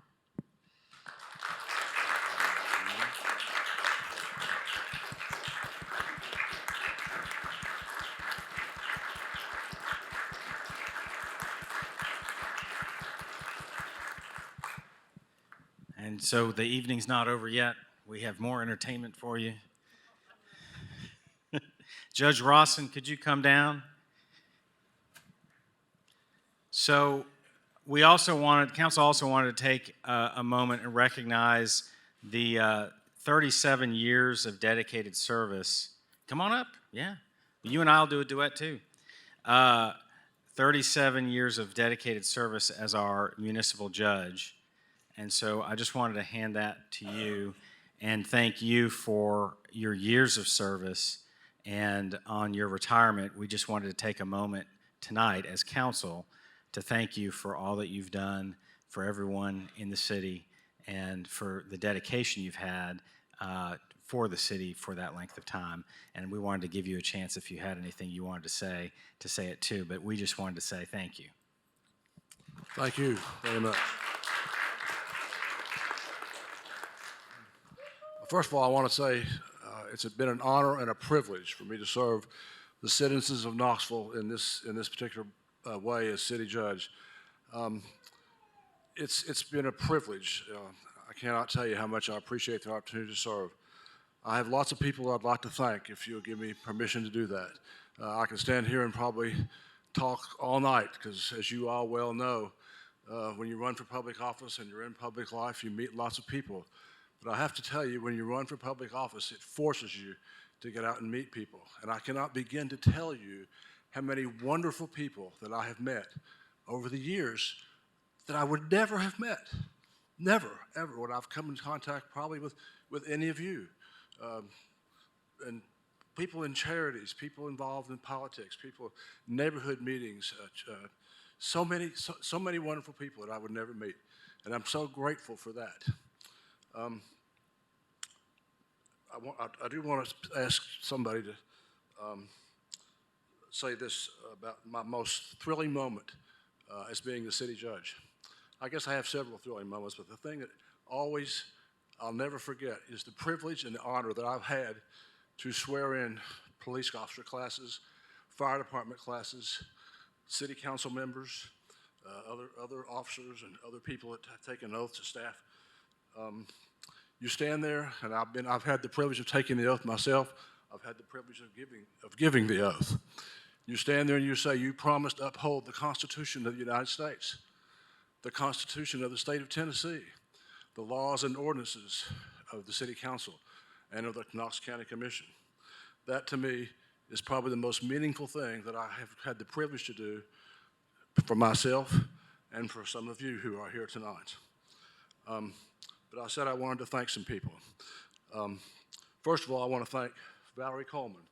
I think she's here somewhere. Yes. There's no way I can describe to you what this woman means to me. She has been, she first worked at the city court back in the late 1990s, and then she went to work for civil service. And then the office came open, and I asked her to come back. She is the most wonderful, capable, efficient, honest, straightforward person that could have ever hold that job. I'm so thankful that I had the privilege of working with her over these many, many years. She's a wonderful person, a great clerk. Also my assistant, Tandra Smith. All the people that worked at the city court clerk's office over the years. I'm so privileged to have worked with this wonderful staff. It's been a privilege to work with the city, you all, the mayor, Mayor Kincannon, and mayors before that, and the staff of the city. I've had a privilege. The staff of the city has been very, very good to me. The law department, Charles Swanson runs a very good department, as you all know. His staff has helped city court and helped me so many times. The police department, it's been a privilege to work with the police department. I mean that sincerely. It's been a privilege to work with the fire department, the codes enforcement officers, the animal enforcement officers. I understand they're getting ready to make a change. But having said all that,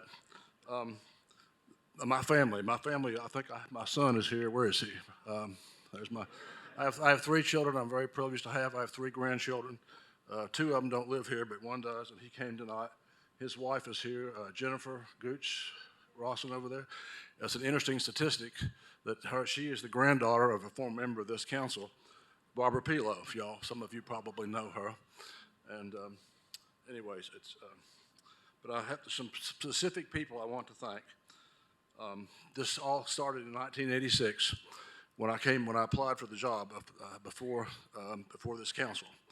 Alan Elliott, I don't know if any of you remember him or not. I know Ed Schaus does, and he's here somewhere. He is the only person alive left that was on the city council when I was appointed in 1986. But I want to, would you hold that for me just for a minute? I want to read their names because I think it was so important. I'm so grateful for them because they gave me my start. My father told me one time something I wanted to repeat to you all. He said, other people can do more for you than you could ever do for yourself. And that is such a true statement. I'm so thankful that you all, the city council gave me this privilege. But in 1986, Alan Elliott, who was a lawyer like me, we practiced law in the same building, and we used to work on car wreck cases together and different things. And I got to know him. He got sick. He became ill and went to the hospital in and out, and I got to substitute for him a lot. And when I applied for the job as city judge, I feel like that was a factor in the decision of the council to hire me because I had lots of experience in sitting in over several months while he was sick. And then he unfortunately passed away, and then I applied for the job, and I got the job. And I want to read out the names of people on that city council at the time. Ed Bailey, Larry Cox, the late Larry Cox, who just passed away very recently, a very fine gentleman. Charlie Galt, if any of you remember him. Casey Jones, I think his widow was here. Annie, there she is. Very grateful to him also. Hole McNeil, some of you remember him. He was vice mayor, I think. Milton Roberts, Jack Sharp, who was also vice mayor. Ed Schaus, who's here somewhere, I think. There she is. And Gene Tigg, who was a very good close friend of Barbara Pilo's, as you all probably know. But I just want to say I've appreciated the time to serve, and I wish you all the best. It's been an honor and privilege to work with you all, and I wish you all the best. Thank you so much for giving me this moment.